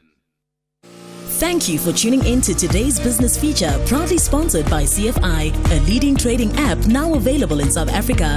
Download it now. Visit cfi.trade today. Economic news on SAFM. Facts and figures you can count on. Let's get to those numbers with Paswane Mpatlele, who's the Senior Accounts Manager at Makwe Fund Managers. You've got news, well, local and global in a moment. But let's start with We Buy Cars. Afternoon, Ashraf, and afternoon to all your listeners. Yeah, well, We Buy Cars is that second-hand business that's doing well. We're focusing on their core businesses. It remains robust, good. The business activities are reflected well in their core earnings. That is holding to expected to show earnings being above 20%. And they're just benefiting from the ability to scale as they access capital markets from the JSE. And they have good brand positioning, we must say. And this should, yes, the stock is down 2% on this development, but that's just at the back of the fact that the stock has been running high. And when you consider the fact that Fed hikes are removed, it's going to allow more people to access that market at a time where consumer disposables is declining. Looking in general market developments, Ashraf, we know we come from a long weekend. We missed Monday. But the U.S. administration is still trying to support markets. Trade deals, looking into the auto space, is trying to support markets. Individual countries, we see the likes of India, Korea, Japan. The U.S. is reflecting that they are engaging and they're trying to find things. Yes, we can be in agreement because we are seeing that we are looking at their markets respectively. They are trading higher, although with gaping gains that are kept. US is flagging a loss of momentum, especially when you think of the clarities when happening with the likes of China. The deal there, it's not necessarily clear, Ashraf, when we look at the numbers, because numbers don't lie. Chinese market is still not moving much, still more or less flat in their trading today. Oil prices are not also buying much into this narrative. We're seeing them just up slightly, up 0.2 at $64.60, still bearish, further pressured by the fact that the gains can go forward, because when you think of the increased probability of the US GDP number that's coming in tomorrow, it looks like it's going to be banging line or below expectations, with a negative print increasing in worries. This is also reflected in some of the bond yields we're seeing in the US. We're seeing the US bond yields are declining, sitting at 4.18, reflecting that there are investors worried about the growth of the US looking into Q1, increasing our probability that rate cuts are going to come through there. Gold has reflected this yesterday while we were on holiday, trending higher, but today we're seeing a decline just around 1% at 3,310, reflecting it's still bullish, but investors are doing a wait and see to get the hard data. US markets opened lower, currently flat, reflecting that there's still a risk around tech earnings that are going to come through, reflecting their Q1, when we see a lot of their major tech companies going to pull through. Europe figure more or less mixed. We're seeing FTSE up 0.2, DAX down 0.2, CAC is up 0.5. JC is pulling higher. That's positive, and the sentiment comes from the fact that we're seeing a stronger rand. We're seeing oil prices that are lower. That hike has been scrapped. Better commodity prices are still showing stability. We're still waiting to see what the adjustment's going to be. JC is up 0.7, financials boosting up 1.8, resources up 0.5, industrials are flat. Coming into that commodity, the currency market, rand is just trading relatively better. Rand, we're liking it. Rand is against the dollar is at 18.53. Rand against the euro is at 21.12, and rand against the pound 24.85. Okay, perfect. Lots to consider from all of that. Baswane Mphatlele, thank you for your time, right? We're going to talk about traffic accidents, up, down, Easter weekend. It comes up next. This business feature is sponsored by CFI, an authorized financial services provider, a global leader in online trading now available in South Africa. Visit cfi.trade today. Hi, I'm Lewis Hamilton. Victory demands everything, but the journey is never solo. My team carves the way, data and innovation are my compass. This is how today's champions are made. Trade like a champion with CFI. Access over 15,000 instruments, advanced trading tools, 24/7 support, and superior trading services. Visit cfi.trade today. CFI Financial Markets LLC is a Category 1 licensed broker by the UAE's Securities and Commodities Authority. Trading involves high risk. CFI, empower yourself. X at SAFM Radio and at Ashraf Garda. So, we often look at numbers and whether it's the value of the rand or whether our electricity rates have gone up no matter what the position may be. And those indices give us an important, when we internalize it into our lives, they impact on the national psyche. And then you get the Easter weekend and you get the worries and the skriks, as we would say, about people traveling to different parts of the country over those 4 days. And you hope, often enough, I hope people don't die. Well, people have died, unfortunately. That's the bad news, sadly so. The good news is that those numbers have gone down year on year by over 30%. Well, that is something, isn't it? Let's talk about that and a whole lot more with Barbara Creasy, who's the Minister of Transport. Barbara, appreciate your time. Minister Creasy, thanks for connecting on the National Pulse. Good afternoon, Ashraf, and greetings to your listeners. So when else have you had good news to deliver with regard to road transport deaths over a holiday period? Well, this is only the second time that I've done statistics, and I'm very pleased that we've had a 32% overall decrease in accidents on the Easter weekend and a 45% decrease in fatalities. All provinces recorded decreases except for Mpumalanga that had a slight increase from last year. Now, we often get into panic mode because of so many problems that exist in our country. But when we talk about numbers like this, 32% drop in accidents and 45% in drops in actual deaths, I mean, those numbers are mind-boggling. They're like Usain Bolt numbers, if you get my point, that it's a quantum leap, isn't it?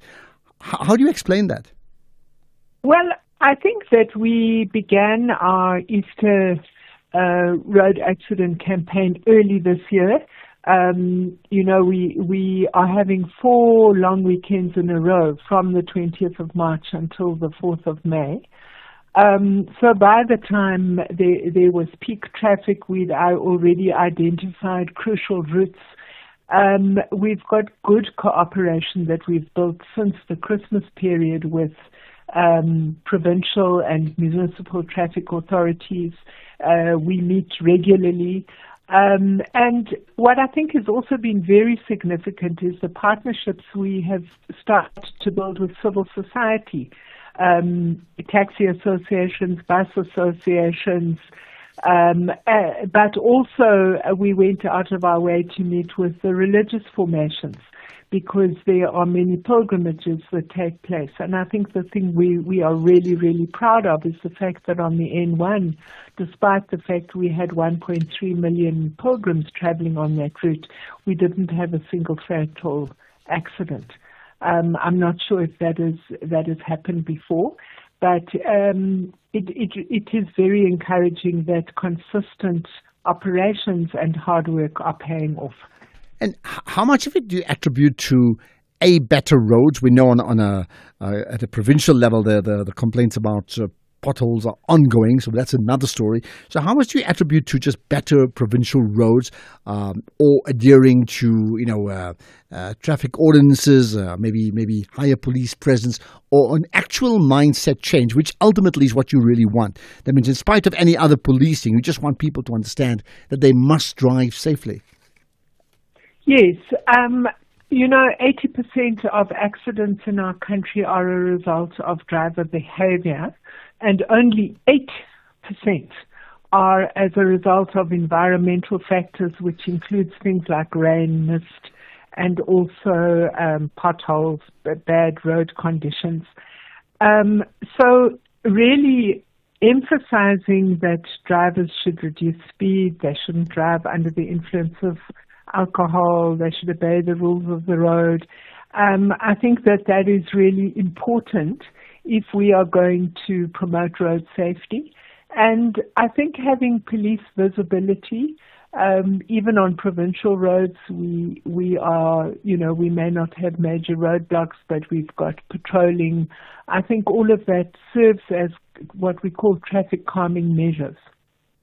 What about, and I noticed in your press briefing, you made the point that still far too many people who actually die in terms of these road accidents are actually not in physical cars. That means they're walking on the roads, pedestrians. Tell me more about that. Yes, I think that's really the next battlefront, Ashraf.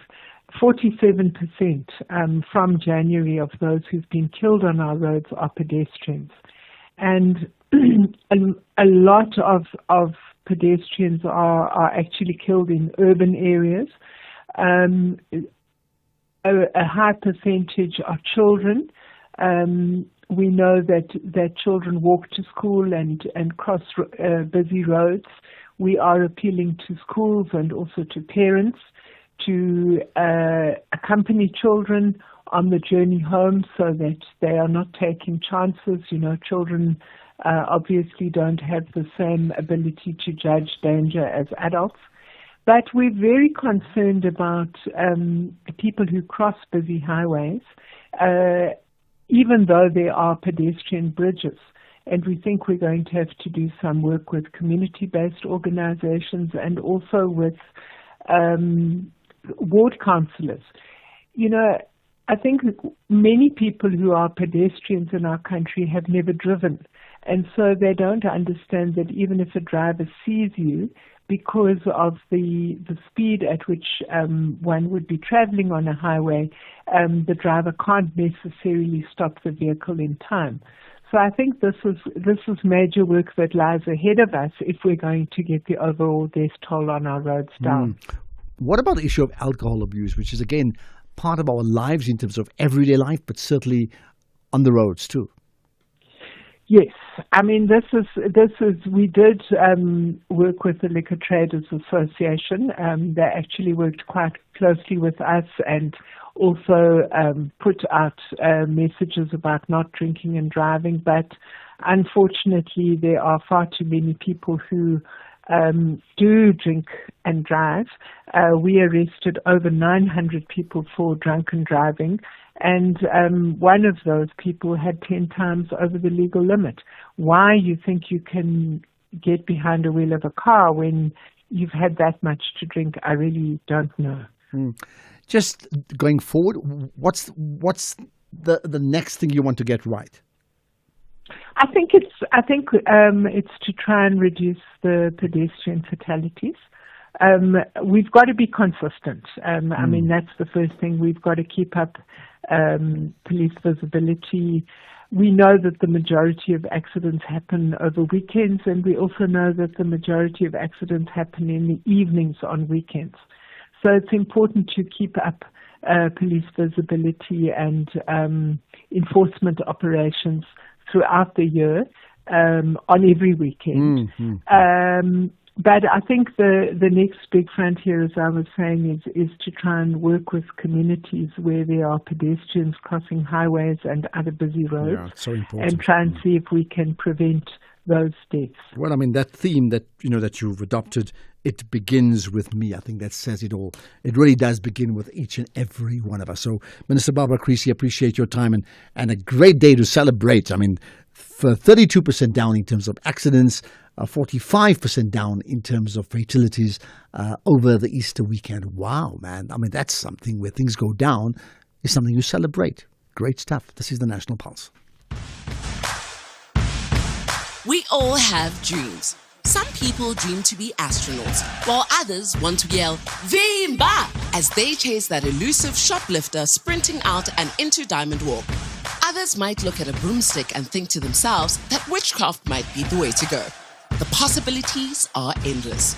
But for Hollywood stars Ryan Reynolds and Rob McElhenney, their dreams is to make it big in the English football leagues. Tune into Welcome to Wrexham as the duo aim to turn Wrexham AFC into an underdog story that the world can root for, bringing hope and change to the community. Welcome to Wrexham, Saturdays at 3 p.m. only on S3. Open up. S3. Marawai, why did you think a plastic bag and tape was a solid window replacement after that smash and grab? And why does it sound like a kite every time you hit Puma 60Ks? Marawai, why aren't you insured with Santam, the insurer that covers theft or attempted hijacking? Get your car covered online in just 2 minutes or SMS cover to 36101. Santam. This is freedom. T's and C's apply. Santam is an authorized FSP, a licensed non-life insurer and controlling company for its group companies. It takes a while before these arch rivals meet in the final. But when they do, everything stops. Nabi is confident to delight the Amakosi fans. If the fans love Kaiser Chiefs, automatically love Nabi. While the back-to-back victor, Rivero, chases the third consecutive title. Whenever it's time to go, we're going with the intention to be competitive, to try to be better than the opponent. This is the Nedbank Cup final. Witness the Soweto Derby. Gold and Black battles it out with Black and White on Saturday, 10 May at 4:30 p.m. Streaming live on SABC Plus and SABC One. Then on SABC radio stations at 6 p.m. Proudly brought to you by SABC Sport. For the love of the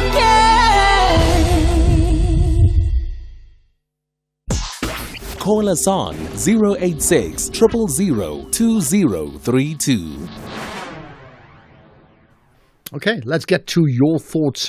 And there are many people commenting about some of the biggest issues. Well, you must comment about those road accident numbers. They are significant. And, when I often talk about building a champion nation, it does mean getting things working. That's one thing at the moment. Wow. It's not perfect. Comes from a high base, but wow. Okay, further comments on some of the issues, including the police investigations. Ashraf is wise man here in Limpopo. And these investigations of the missing 3 police officers, I think, should start from the center. the personnel who sent those 3 officers should be investigated. That's where the investigation must start. Okay, simple as that. It's an issue that's been brought up before. Point taken. Hi, Ashraf. A good show as always. Ashraf, this is Anonymous from Mpumalanga.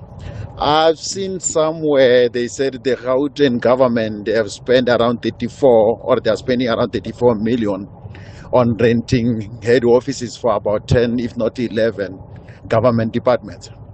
Ashraf, and now we are talking about saving money instead of adding that VAT.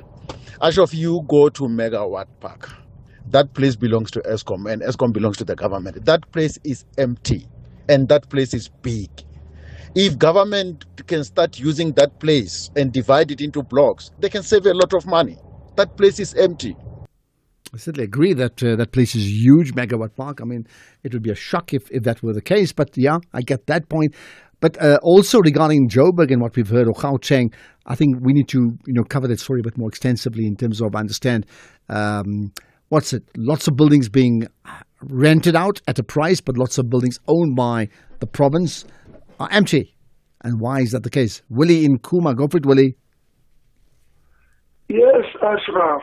You see, Ashraf, really, we don't know for how long shall we talk about crime in South Africa. I remember Donald Trump at one stage saying that South Africa is a crime-ridden country that's going to explode. And it is exploding, Ashraf. I wish you could call upon the Minister of Justice and Minister of Police so that we talk to them through your station, because your responses are not satisfactory. To ask them now, what is next? What is next? Because law enforcement agency, the criminal justice system, poor, all mechanisms have been put in place. These criminals are telling us openly that South African justice system is poor, and then we enjoy killing people. So what? When we say bring back deterrent measures, you, Ashraf, will say, no, that's not going to work. No, the constitution doesn't do it. Botswana is doing it. North Korea, China, America, blah. Okay, but it does need a change of constitution. I'm not saying I agree or not. I'm just saying at the moment we can't do it. I'm not saying we shouldn't do it. Again. Yeah. Okay. Say that again. No, I'm saying at this point in time, whether you like it or you don't like it, we can't implement it because it does need a constitutional change. So if the constitution is not changed, you can't. Your tone tells me that you have never come across such horror crimes like our deputy president was nearly killed. So therefore, maybe the president also be attacked. Willie, I have to move on, and it's not about you, Willie. Willie, I have to move on. Willie, I have to move on. I get your point. We do need, and it's not because I agree or disagree with you. I hear what you said about my tone. I pray it never happens to any one of us. I mean, really, I think, I have made the point often, crime is an absolute disaster in the country, and nobody can tell us why they can't get a lid on it all these years. It's just so unacceptable no matter what. Ashraf, it's Baji from KZN. What you must understand is that Mr. Jay Naidu was a beneficiary of a lot of wealth when it came to distribution of big business in this country. He took it. He left government, and now he's talking about he took his pension and used it to buy a farm. He's a whole lot of hogwash. He was one of those greedy politicians that benefited, for the lack of a better word, that benefited, and the majority of South Africans are still poor. He's a rich man, so he mustn't talk about using his pension to buy a farm. He used public monies to buy everything. Baji, KZN. Okay, Baji, I don't need to defend Jay Naidu. He said his say and you've had your say. Well, you know what? These airwaves are they are democratic, aren't they? Good afternoon, Ashraf. Yeah, listening to what was said by Jay Naidu, that our industries are collapsing. The construction industry is gone, the textile industry is gone, our manufacturing industry is gone, and everything is gone.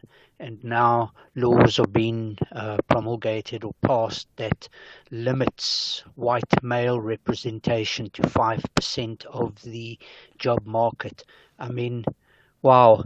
And then people still expect companies to create jobs, to employ all the people that are being born in this country and that are graduating.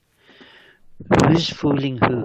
Mark from Cape Town. Thanks for that, Mark. You certainly put that on the agenda. Before I get to the news, here's one that I think we need to read. Lucky says, Ashraf, I think we have a serial killer on the loose. The fact that there are different bodies found, including the fact that they are even of different races, tells me that the Hanops River is a dumping area and not where the actual killings took place. It could be that the modus operandi of the killer is to ask for a lift as a means to get the victims. And then you call yourself lucky. Goodness, the irony, but I get my point. Right, let's get the news. It's 5 o'clock.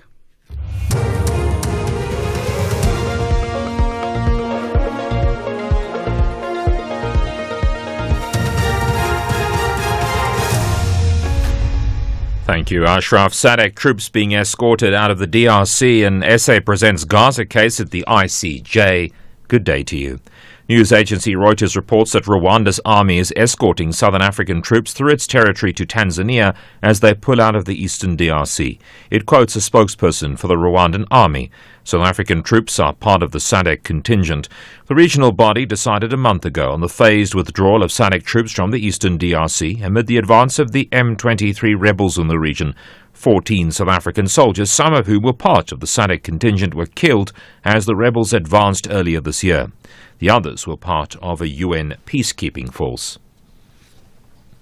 Police spokesperson Nahlenda Mate says a fifth body's been found at the Hanops River in Centurion, south of Pretoria. Divers have been retrieving a body of a female from the river.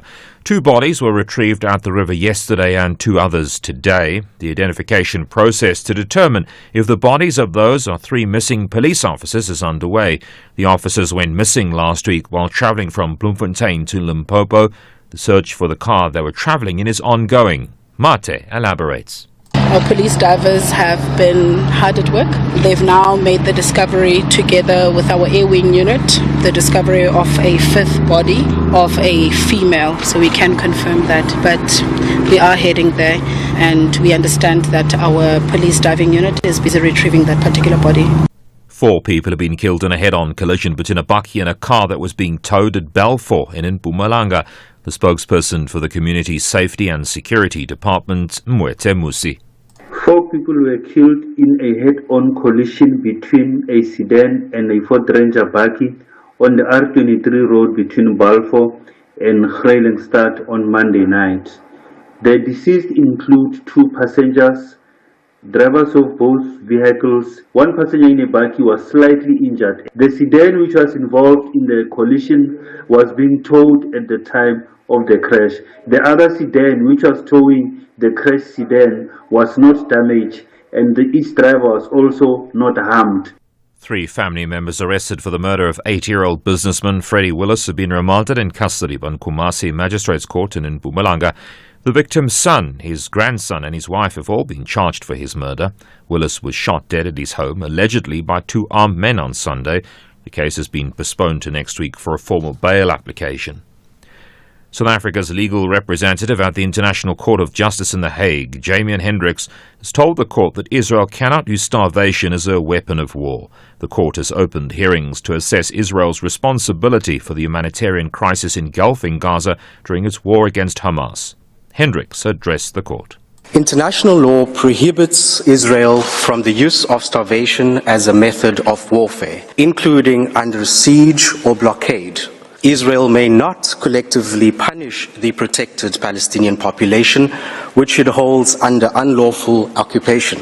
The UN Special Rapporteur on the Right to Food, in his report of 17 July 2024, stated, "Starvation reflects a state's fundamental abandonment of its human rights obligations." Top story. News agency Reuters reports that Rwanda's army is escorting Southern African troops through its territory to Tanzania as they pull out of the eastern DRC. That's SAFM News. I'm Greg Hoos. Coming up in your sports this hour, Proteas women lose by 15 runs to India. Arsenal set for PSG test, and Blitzbox looking to hit the ground running in LA. More details at 5:30. SAFM, guiding you through the rush hour traffic. Good afternoon. Starting off in Gauteng, President Forshia Drive in Boskraan is closed between C.R. Swart Drive and Kelly Avenue. In Bedfordview, the N3 northbound queuing on the link to the N12 east at Gululis interchange, and the N3 southbound queuing towards Van Buren Road. In KZN, on the N2 northbound, a vehicle fire incident reported before the M25 Commercial Highway. The N3 westbound is queuing towards the M13 Paradise Valley interchange, and the M4 both ways queuing towards Virginia Airport. In Cape Town, the M5 southbound slow moving towards Milner Road exit. The M3 southbound is slow moving towards UCT exit, and the N1 inbound slow moving towards the M5 south off ramp at Kuburg interchange. With your traffic update, I'm Irma G. SAFM values your views. Be an active citizen. Your Sunday nights are about to get big on S3. We have some of the biggest movie titles that will take you on adventures that you simply cannot miss. Thomas arrives in a glade at the center of a giant maze. The race to escape the maze leads him to a journey. Should they escape, all questions will be answered. Tune into The Maze Runner, Sunday, the 27th of April. Maze Runner Darth Cure on the 4th of May. Maze Runner The Sports Trials on the 11th of May. S3 Blockbuster Movies, Sundays at 7 p.m. only on S3. Open up. S3.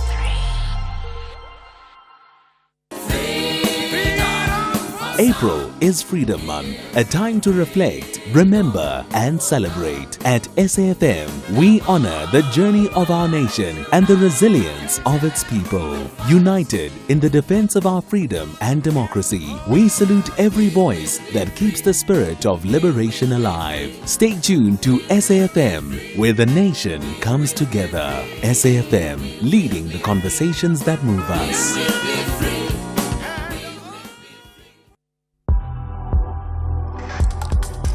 The National Pulse with Ashraf Garda on SAFM. You're listening to the National Pulse, weekdays 3 to 6 p.m. You know, I've been thinking about this. I had a chat with Jimmy Muyahan now because, you know, he's back. He's been away for a week and a bit, right? And he was off to China, and we're talking about Chinatown in South Africa and Chinatown in China. And it just got me thinking, like, wherever you go in the world, you have a Chinatown. It's true, wherever, really. Well, okay, maybe not every town in the world, but many, many countries in the world you will find them. But, like, do you ever get a country in another place that you get a South Africa town? Just think about it. What would it take?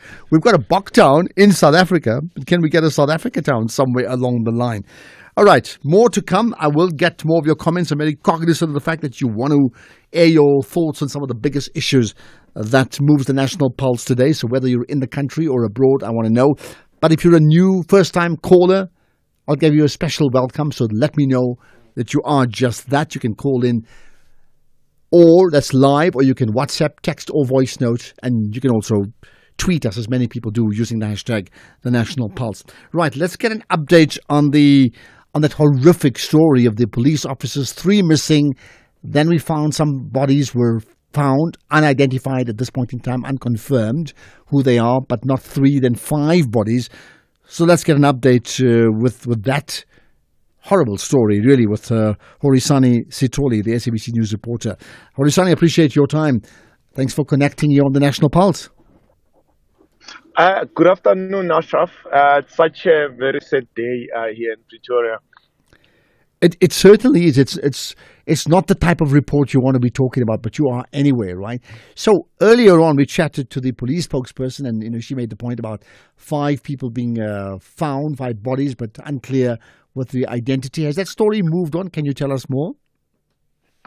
Yes, Ashraf, I can confirm that the fifth body has been recovered, and then the rescue team managed to take the body, and then it has been moved to the morgue at this stage. But all I can say is that all we know is that it's a body of a female, not yet confirmed as the age and all that.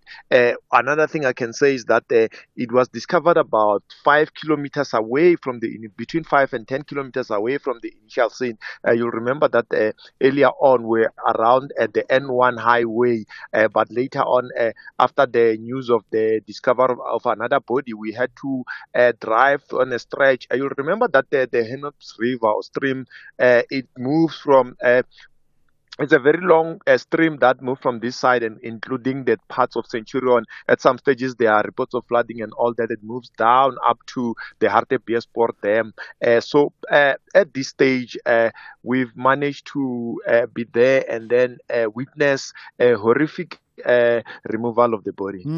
So, to confirm, the amount of bodies recovered are 5. That number hasn't changed, right? That is correct. Yeah?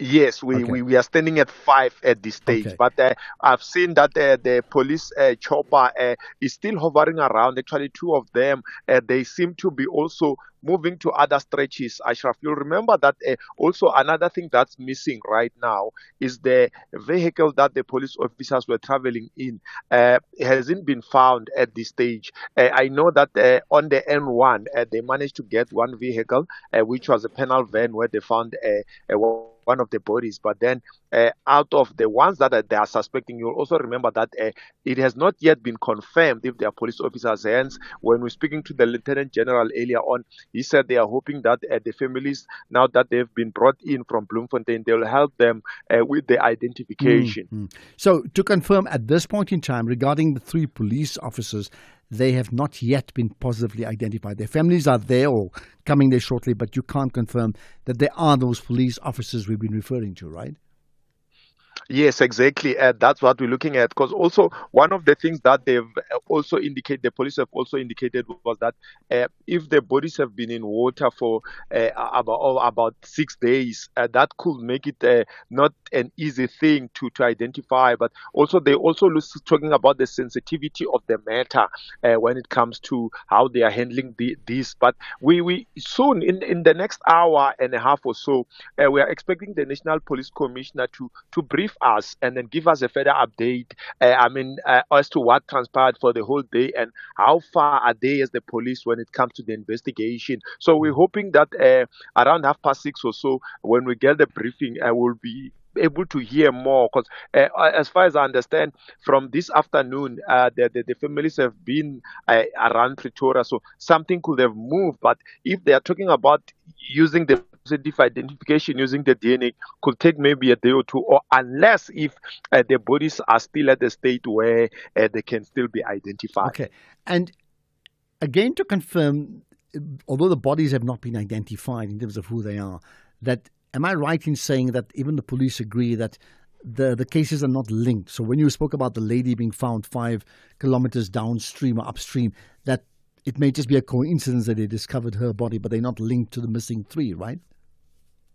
Yes, it seems like that, because also they said, you know what they were suspecting at first, because you could see that at the bridge, at the N1 bridge, there is the barricade there. It shows that it has been hit, that has been an accident. But now, because then they are not finding the other vehicle, at first they would have suspected that maybe they collided with each other. But now they're saying there's no link, because also on the 5th body, we were talking to the neighbors in the surrounding areas there where the 5th body was found. They indicated to me that actually it's not the first time they see something like that. Sometimes people get washed away. I think if you remember very well, Ashraf, I think sometime last year, if not the year before last, there have been bodies that were washed away at the Henops River that it took some time for the recovery team, the rescue team to try to locate them. So they indicated that sometimes when people get washed away there, because there's lots of flooding in the river when it rains, sometimes they do get to be at that point. Okay, we're going to certainly follow that story, and it's possible we may get the the latest news on that issue sometime this evening. So if not on this show, then certainly doing the news and other shows for the evening, but definitely early morning with the morning brief with Tula Sizwe. So I appreciate your time. As always, we'll chat, sometime soon, I'm sure. Thank you for that. And that is Horisani Sitole, the SABC News reporter, covering the story of the missing 3. Now it's effectively 5 bodies discovered. Quite a horrific story. There's just no other way to put it, isn't it? You are listening to the National Pulse with Ashraf Garda. Okay, we'll get to further some of your calls just now. By the way, did you follow that story of the Twitter account or the X account belonging to a person? It seems all fake now, under like sort of an Afrikaner, for an Afrikaner account. I'll maybe touch on that just now. It's just a News 24 put together the discovery in the investigation into that, and I think it's called not Twitter but Twata, TWA, Twata Bas. Okay, well they found out now that the person who owns it is a person called Sebastian Uester. That was a farmer now running a guest house in the Gordons Bay region. But not only that, I mean, when he's been tweeting, you've had Elon Musk, who's been following him and engaging with him, and that's pushed his account up with a whole lot of disinformation as well. Right, let's talk about information of a different sort. A trial that's been particularly important, that of the Joslin Smith trial. And I understand that, some of the issues that have come out of this trial suggest that it's been quite a unique trial. And we need to be talking about it. With me is Andile Mbanjwa on the line. Andile, I appreciate your time. Thanks for joining us on the National Pulse. Afternoon to you, Ashraf, and afternoon to the listeners. Thank you. So, first of all, where are we at regarding this trial? What's the status of it? Okay, so today is the day that closing arguments of the state as well as the defense counsel commenced.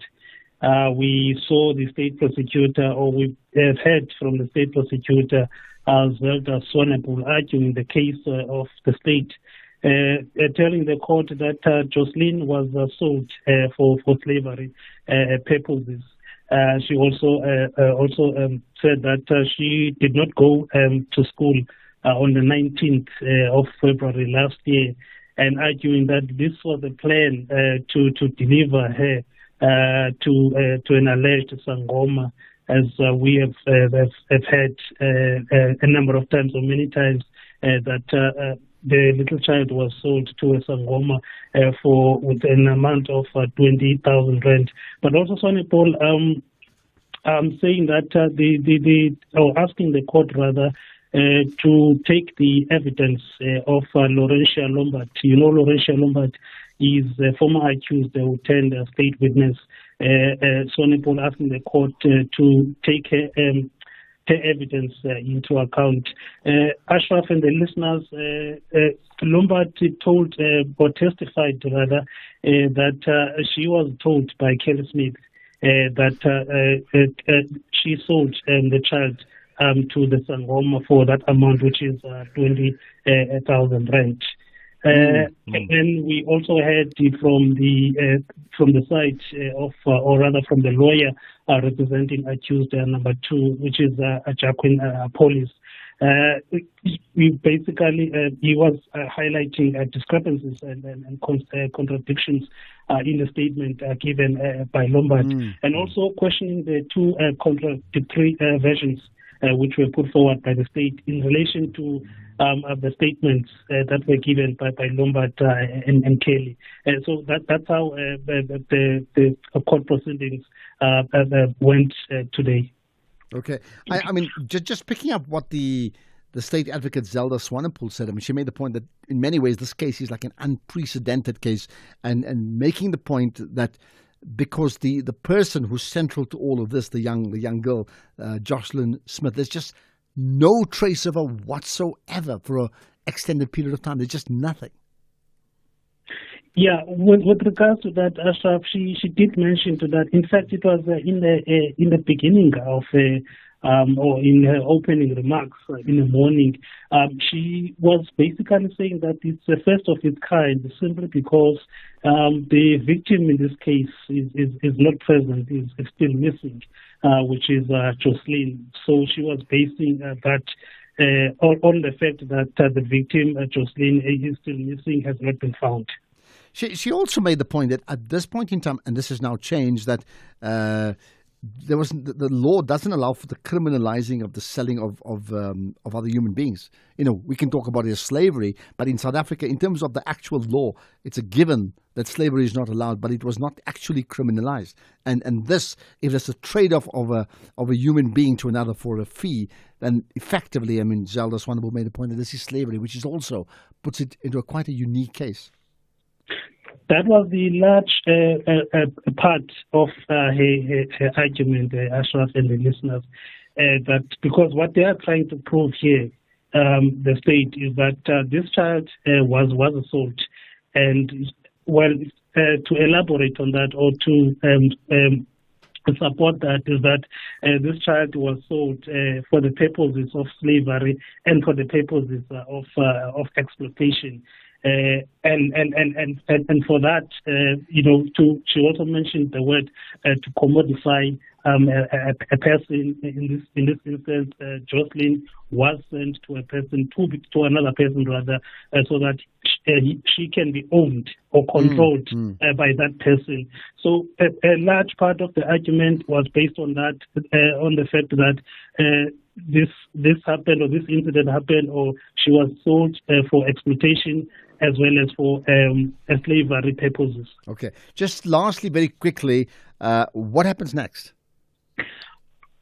So we are expecting the closing arguments to resume tomorrow, where the lawyer for accused number 2 and number 3 will also make their closing arguments. Okay. I must also add that the judgment is expected to be delivered on Friday. Which actually is a very, very speedy case compared to many others.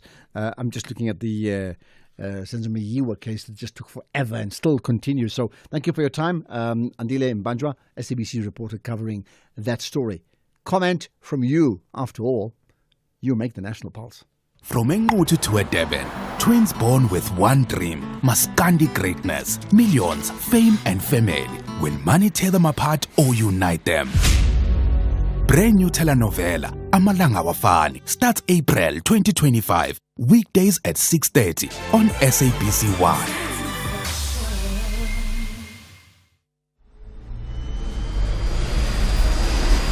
Switch to stream with SABC Plus. No subscription fees. Stream anywhere, anytime.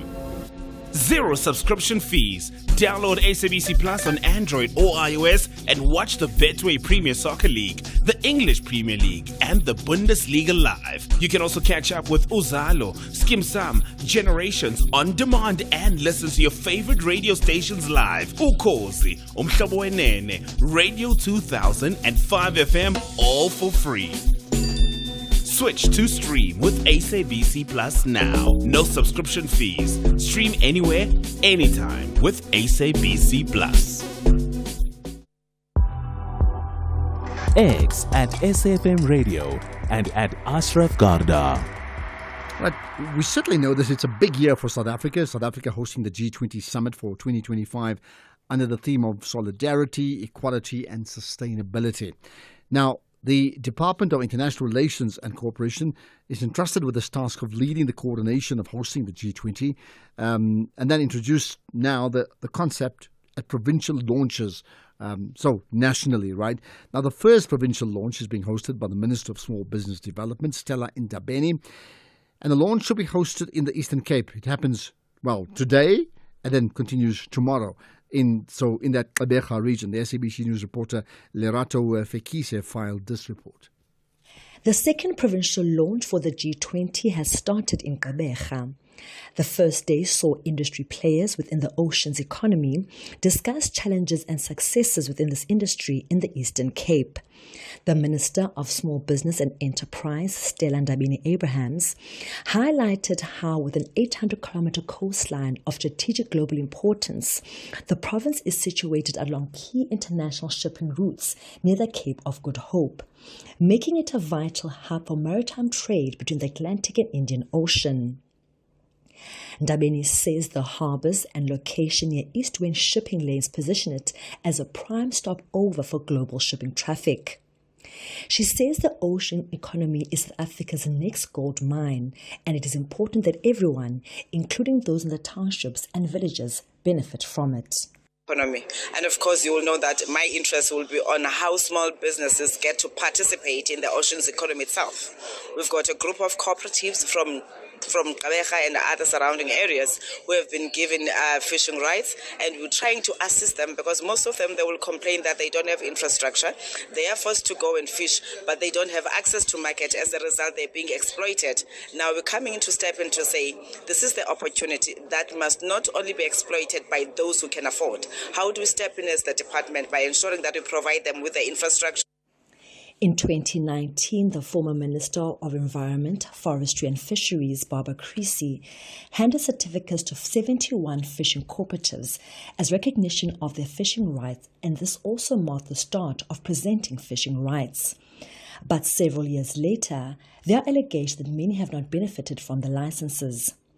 The Deputy Minister for Forestry, Fishing and Environment, Neran Singh, engaged with various players in the fishing industry to identify some of the challenges faced by small-scale fishers.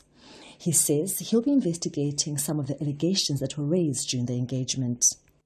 We as a department have issued them permits. There are 71 small-scale fishing corporations in the Eastern Cape. It's well and good to issue them permits, but then what do they do with those permits? And from what we hear that there are the bigger players that are leasing these permits from the small scale and paying them a pittance for their fish and things like that. So I'm here and we're taking forward these challenges.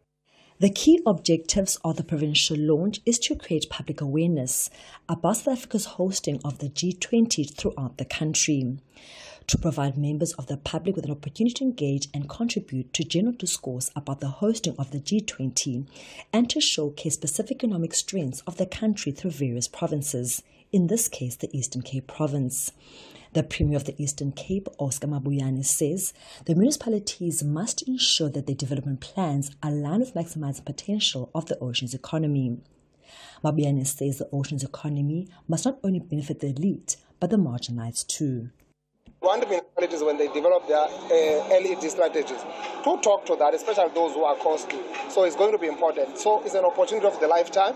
We are going to be interacting. We're opening it up. We are exposed now to the international market, international business for trade, as well as for luring in investors to come to our province. So we are hard at work. We are using oceans economy as one of our five frontiers of growth as we move forward. We want to push our GDP contribution to double digits by growing our economy, by actually making use of this gold we have here, that is oceans economy. The oceans economy sector is one of Eastern Cape's growth frontiers. The sector contributes to 3 economic development priorities, namely industrialization and sector development, economic infrastructure development, and skills for the economy. Chairperson of the Maritime Business Sector, Unati Sondi, says he hopes that the engagements and panel discussions that took place will reignite the passion of those who want to get into the sector. But key to that is addressing the many challenges faced by small-scale farmers and fishermen. And right now, with this resuscitation of, the oceans economy in the province, we believe that there is a great opportunity that we can bring, all the stakeholders together, and we work on one thing so that we can achieve at least a specific goal when it comes to the fishing co-ops, where we bring in all the resources in the province, even when we bring in, the likes of the small business development, we bring in the likes of ECDCs and everyone else, the sectors, so that we are able to say at least all these resources are enough to be able to assist these fishing communities.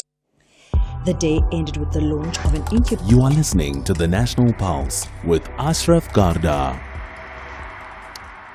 Okay, we'll get the news and sport. There's a big Champions League game on tonight. Remember, I think Kemba's glued on it because it's Arsenal playing after all. Let's get some for the comments from you. Here's one staying with the Jay Naidu theme. Good afternoon, Ashraf. Yeah, listening to what was said by Jay Naidu, that our industries are collapsing. The construction industry is gone, the textile industry is gone, our manufacturing industry is gone, and everything is gone. And now laws are being promulgated or passed that limits white male representation to 5% of the job market. I mean, wow. And then people still expect companies to create jobs, to employ all the people that are being born in this country and that are graduating. Who's fooling who? Mark from Cape Town. Okay, points to consider. In fact, we did play that earlier on. Here's another one about crime. Hi, Ashraf. This is my Connors from Johannesburg. It's a very, very disheartening story about this missing policeman that they were found killed, and also 2 others. It's very sad. It actually reflects exactly the cruelty of the criminal system in South Africa and how crime has actually risen up. And it's very, very shocking because it is actually what we're living with every day. And I'm sure everybody's fearing for their lives wherever we are, always, because it doesn't seem like the police are in control or the government is in control of this crime. And that's very disheartening. Condolences to the parents and to everyone who knows them. Sadly, I have to agree with you. You're right. But besides the police, which they can also only do so much, the other issue is just the commitment of people who are willing to effectively kill human beings for a purpose. Like, I mean, you can't get the police to teach them that. That is a human issue that comes from your home and the values that you've got. Now, who's in charge of that? Let's get the news headlines. Here's Greg Hurst. In the headlines, 3 people have been killed and 63 injured in 2 separate vehicle crashes in Limpopo. Residents outside Polokwane have welcomed a judgment denying bail to a teacher accused of raping a 13-year-old learner. And news agency Reuters reports that Rwanda's army is escorting Southern African troops through its territory to Tanzania as they pull out of the eastern DRC. There's a full update at 6 o'clock. SAFM, guiding you through the rush hour traffic. Good afternoon. Starting off in Gauteng, the M2 eastbound has a crash reported at Denver, the M1 northbound in Sandton, a crash before Marlborough Drive, and the N4 Witbank Highway westbound in Pretoria has delays towards the N1 highway. In KZN, the N2 northbound in Prospection tonight will be closed between Dickens Road and Joyner Road from 10 p.m. until 5 a.m. and the closure will repeat on Wednesday evening. The N3 eastbound tonight will also be closed between Pavilion Mall and Spaghetti Junction from 8 p.m. until 4 a.m. and this closure also repeats on Wednesday evening. Chris Hani Road westbound is queuing, that's at the N2 highway. In Cape Town, the R300 westbound queuing towards the M7 Jakes Hadville Drive Junction, the N1 outbound slow moving towards Okavango Road, and Voortrekker Road in Goodwood has heavy traffic at the N7 Jakes Hadville Drive Junction. With your traffic update, I'm Irma G. This is SAFM Sports with Tuming Kapele.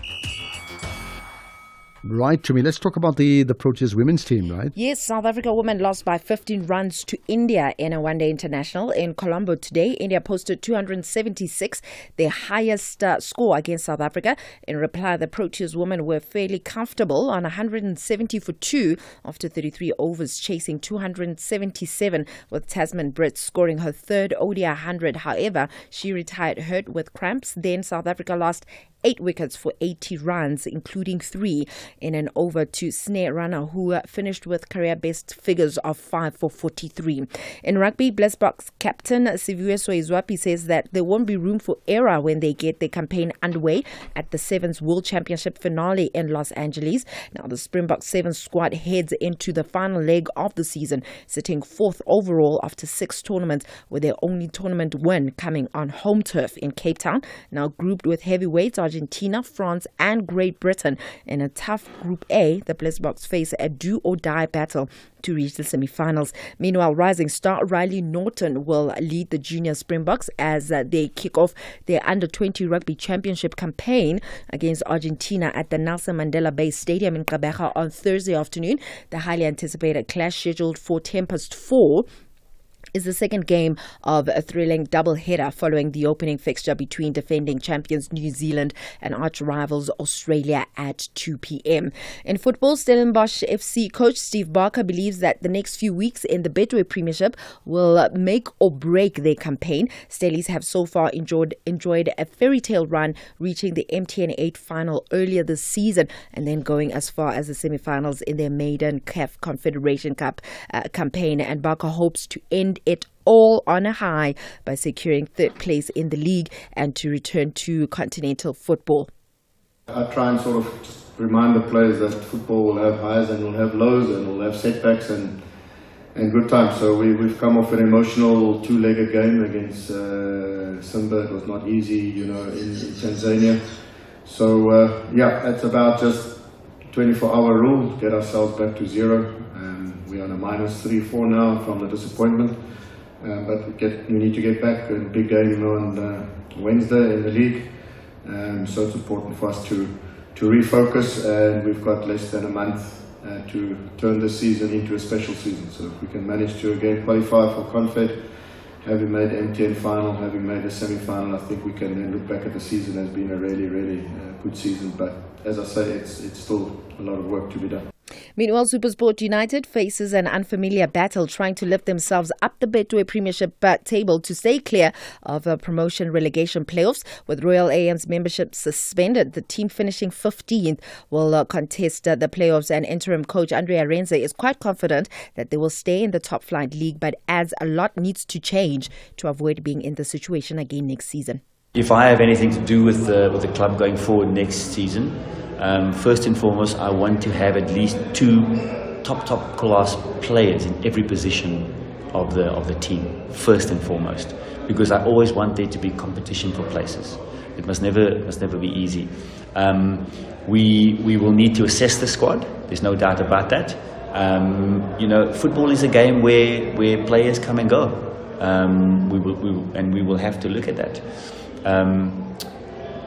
For me, one of the biggest changes that I will have to implement, that I'm going to implement going forward into next season, is that we master the art of patterns of play.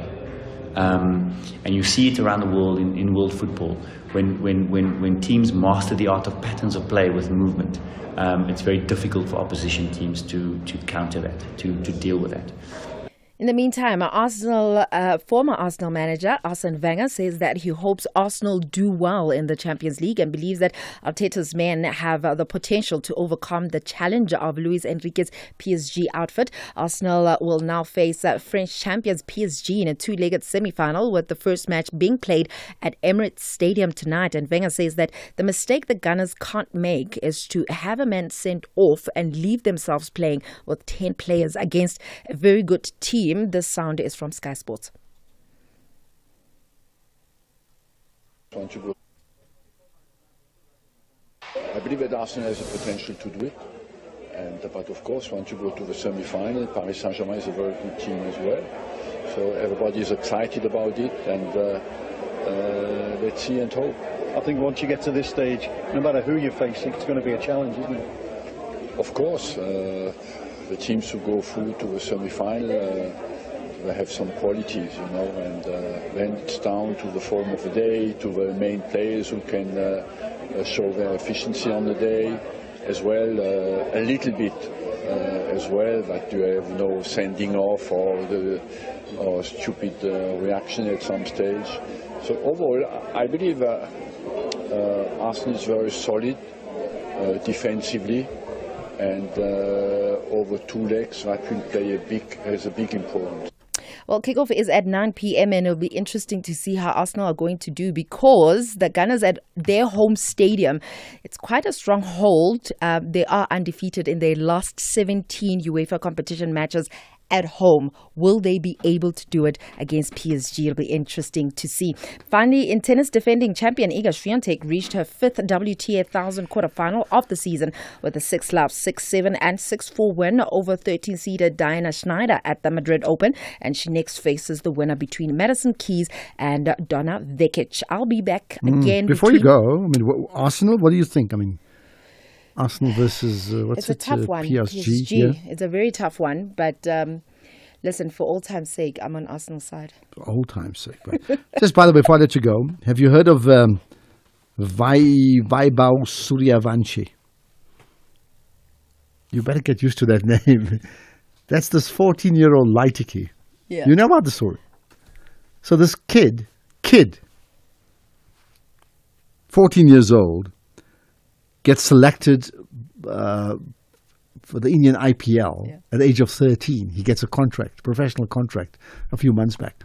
And he plays in 2 games, and then yesterday he played his 3rd game. And he scored a century. And he's got a century of 35 balls, which makes him, A, the youngest ever to get an IPL century, but number 2 in balls, the 2nd quickest century in IPL cricket history. Chris Gayle got the most. He's 2nd. Crazy. So, I can't pronounce the name, but I have to get you, because it's not going to be like, Lionel Messi. You better get to know it, right? Vaibhav Suryavanshi, 14-year-old Lighty. There we are. Remember the name. Yeah. I'll be back between 7 and 8 on Top Sport. Other than that, from the shows that bring us laughter to the moments that inspire us, your SABC TV license makes it all possible. Every license paid supports local stories, top talent, and the programs that unite South Africa. Pay your TV license today. Visit tvlic.co.za or your nearest retail outlet. # your screen, your story. Together, we make it happen. What matters is still coming up. It's a massive football rivalry. It is one of the biggest football derbies in the world. Amakhosi clashes with the Buccaneers at the Calabash. This is the Betway Premiership. Lisekazini. Experience the Soweto Derby, Kaizer Chiefs versus Orlando Pirates on Saturday, 3 May at 2 p.m. Streaming live on SABC Plus and SABC 1. Then on SABC radio stations at 3 p.m. Proudly brought to you by SABC Sport.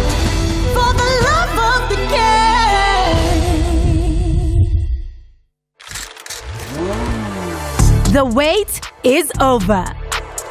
I've been hustling, grinding, and now it's time for the glow up you've been waiting for. Unapologetically, made the bay. From the grind to the glam. Anelezondo the glow up on Saturdays at 8 p.m. only on SABC 1, Mzansi for sure.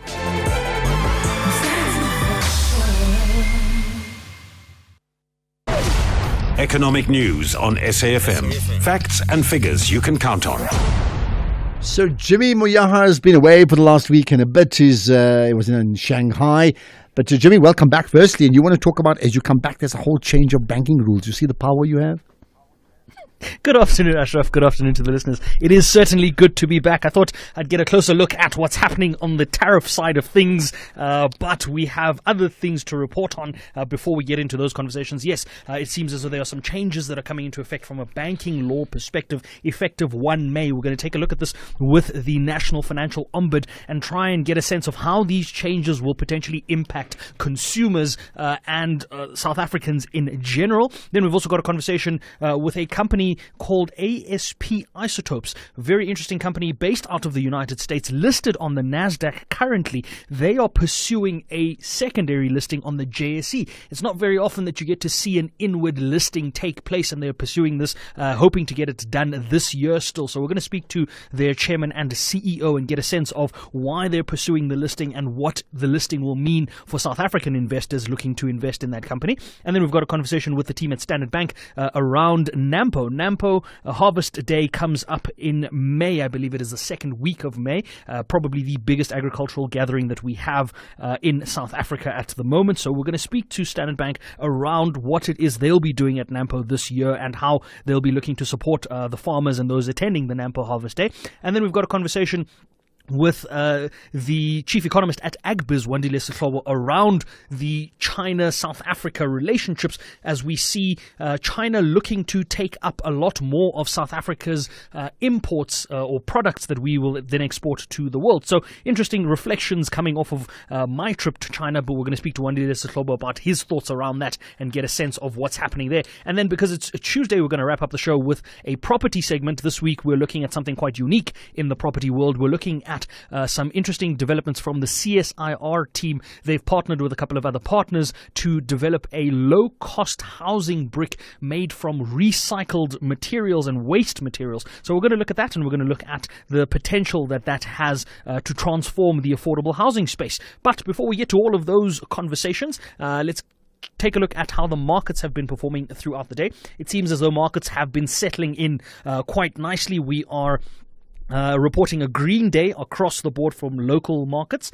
International markets that would have been trading first. Asian markets were also all largely in the green, with the ASX in Sydney the biggest gainer in Asian markets, up almost a full percent. European markets were in the green with the exception of the CAC 40 that was down about 0.1%, but the DAX in Germany was up 0.75% and the FTSE in London 0.5%. The US markets are in the green at the moment. The S&P 0.33% up and the Nasdaq 0.25% up. They, of course, are still going to be trading into the evening. It was a good day on the local front.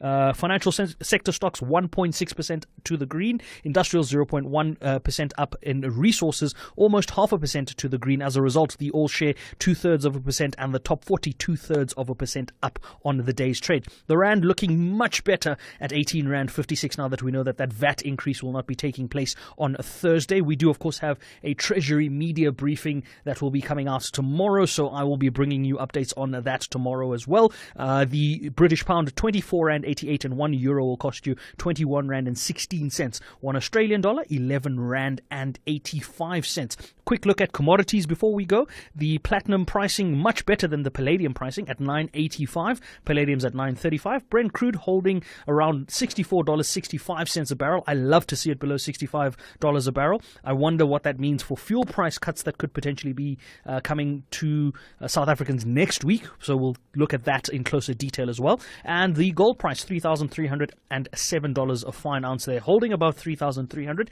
even though it's not having the best day today. So we're going to look into these movements a little later on. I've got Pietri Riedlingace of Herenia Capital joining me to take a look at market movements and some developments later on. But we'll be back at 6 for those conversations. For now, Ashraf, back to you. Perfect, Jimmy. You enjoy your show and welcome back. Absolutely. Whether you say good to be back and I believe you, well, no, I'll leave it for you to really decide on that. To me, host sports from 7 to 8, so look forward to that as well, including the maybe more detailed preview of the Champions League story. And if you want to touch on that youngster, Vaibhav Suryavanshi, call in on Tumi's show.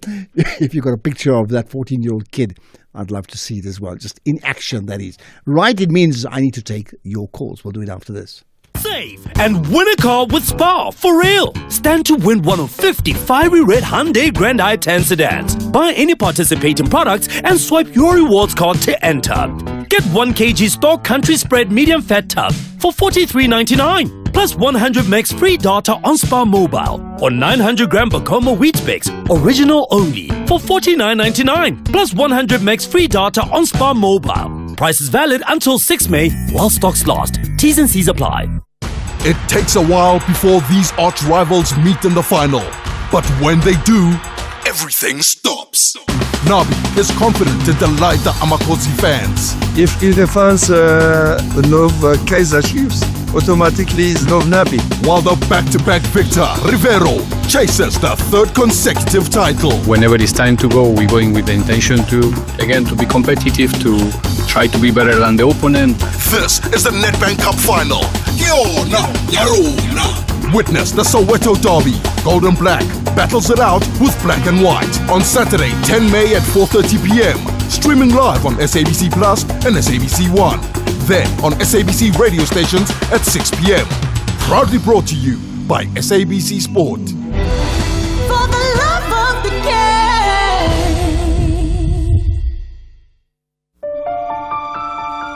Meet Maria. Meet her family, the Ramirez.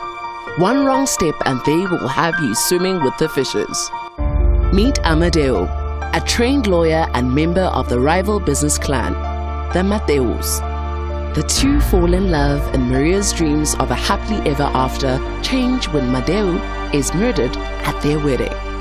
Their daughter, Jo, despises her mother's humble beginnings and will do anything to steal all of Maria's fortune. This is the world of Sweet Diva. Airs weekdays at 4:30 p.m. only on S3. Open up. Call us on 086 000 2032.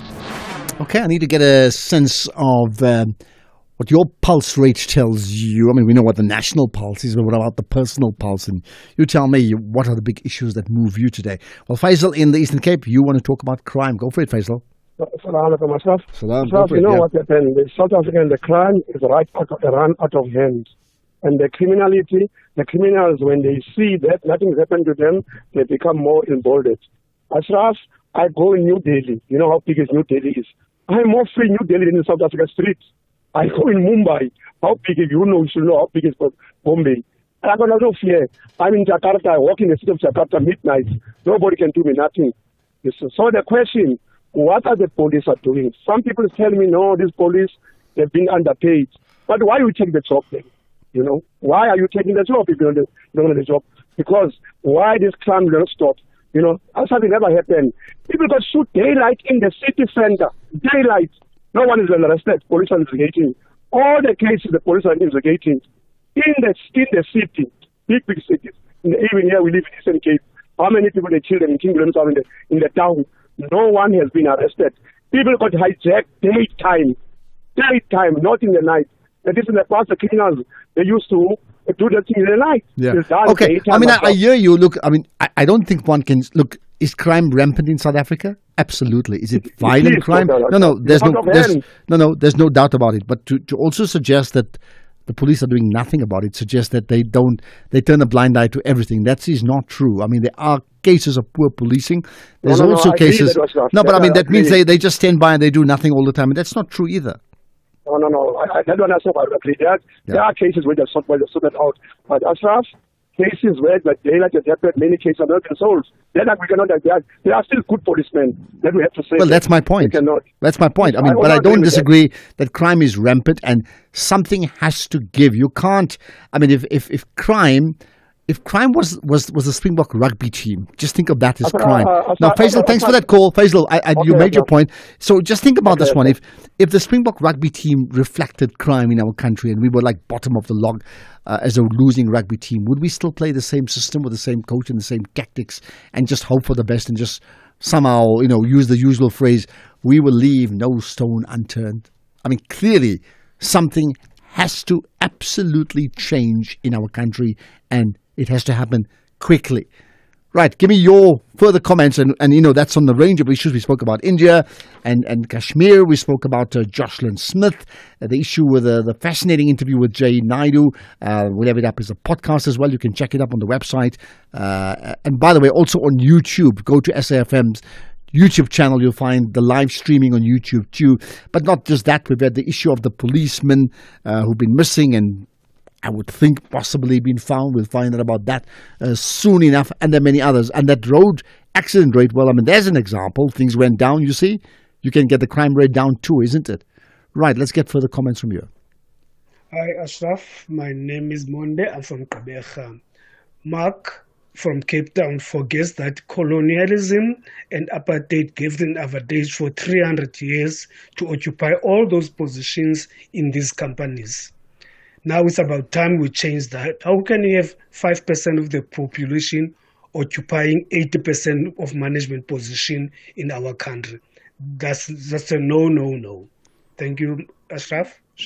Okay, point made, and many may well agree with you on that point. Here's another. Hi, Ashraf. Just keep in mind, with regards to the Joslin Smith trial, all the evidence and testimonies that were submitted by drug users who were at the time of the incident under the influence of drugs. So they were all under the influence of TIC. How is it possible that any of the testaments can be trusted. I mean, can somebody be prosecuted on the testimony of somebody who admitted that they were under the influence of crystal methamphetamine? Yeah, sure. Well, I don't know. I'm not the lawyer, but what about the sister? You know, the sister who was part of it and then effectively turned state witness and testified against her own sister, right? Sure, it is just it's a horrible story. It really is. And just pray that somehow, I just pray every day this child is found alive and can be rehabilitated back into society wherever she may be. And then it never happens to any one of us too, isn't it? Right, here's another comment around, one of the biggest issues we must talk about. Good afternoon, Ashraf and the SAFM listeners. This is Alfred Gamait Bizana in the Eastern Cape Province. Ashraf, how can a army of South Africa, a big country like South Africa, be escorted by the army of another country? All right. I tell you what, we're just going to pause there because now the police commissioner the commissioner is now addressing the media because the police commissioner, Fani Masamola, has arrived at the scene of those now where we found 5 bodies. So let's get straight to him immediately.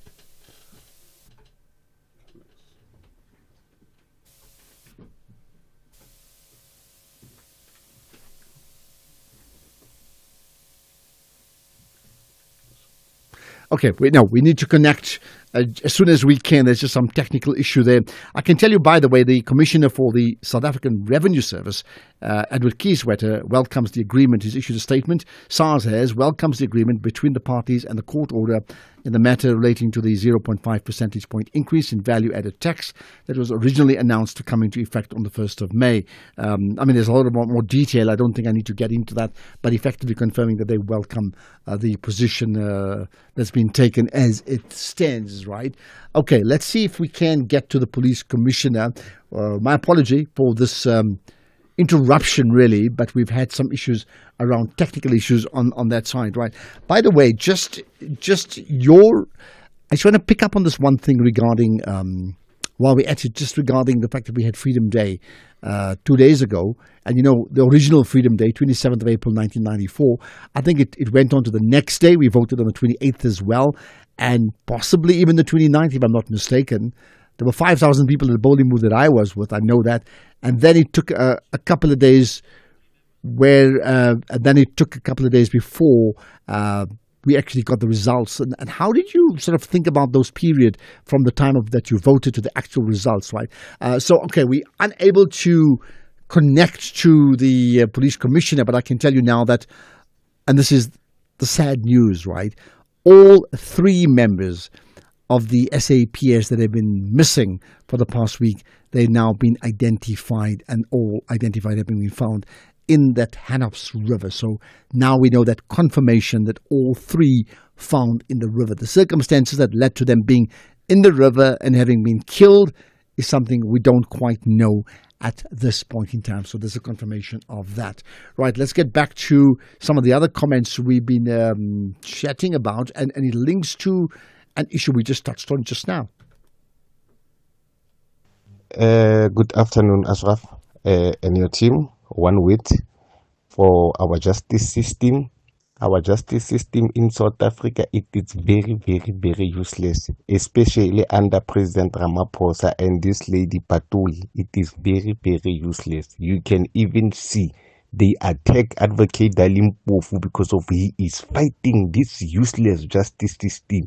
But in short, hands off to Dalim Mpofu. They want to sabotage him like they did to Advocate Tiff.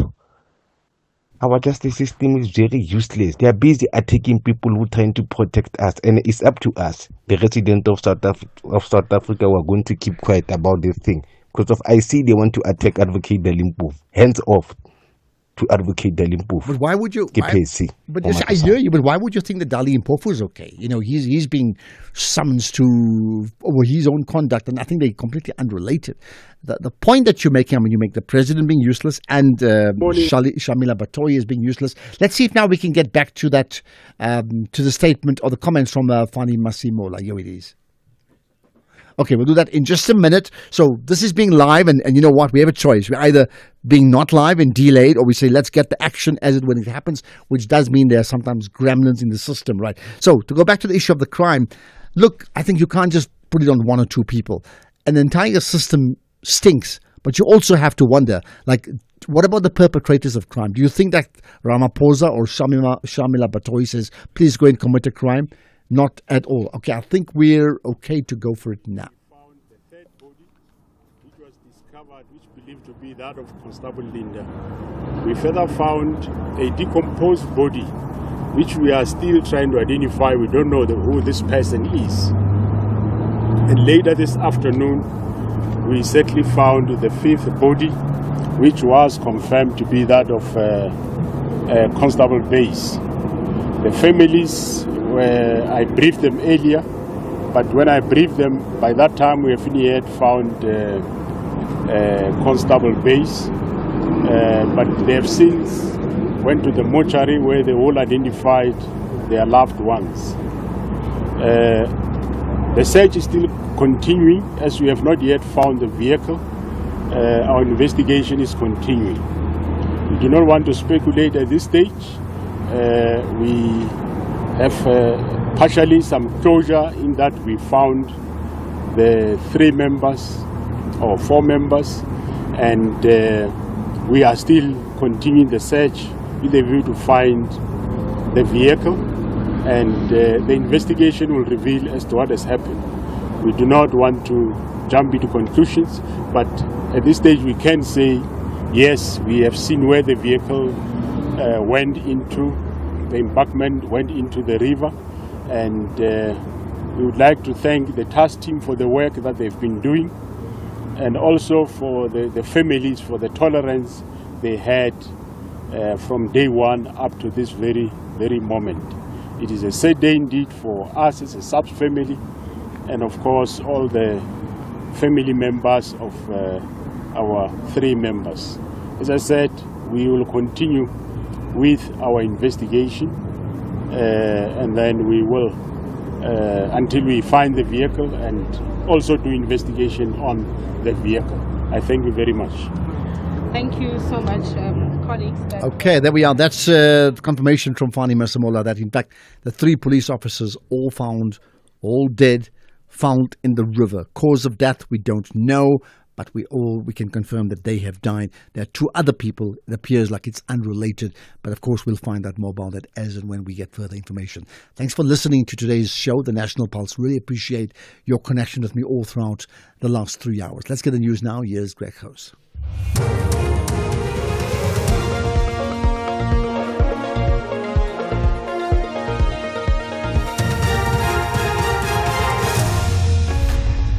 Thank you, Ashraf, and we begin with news just in. 1 of 3 missing police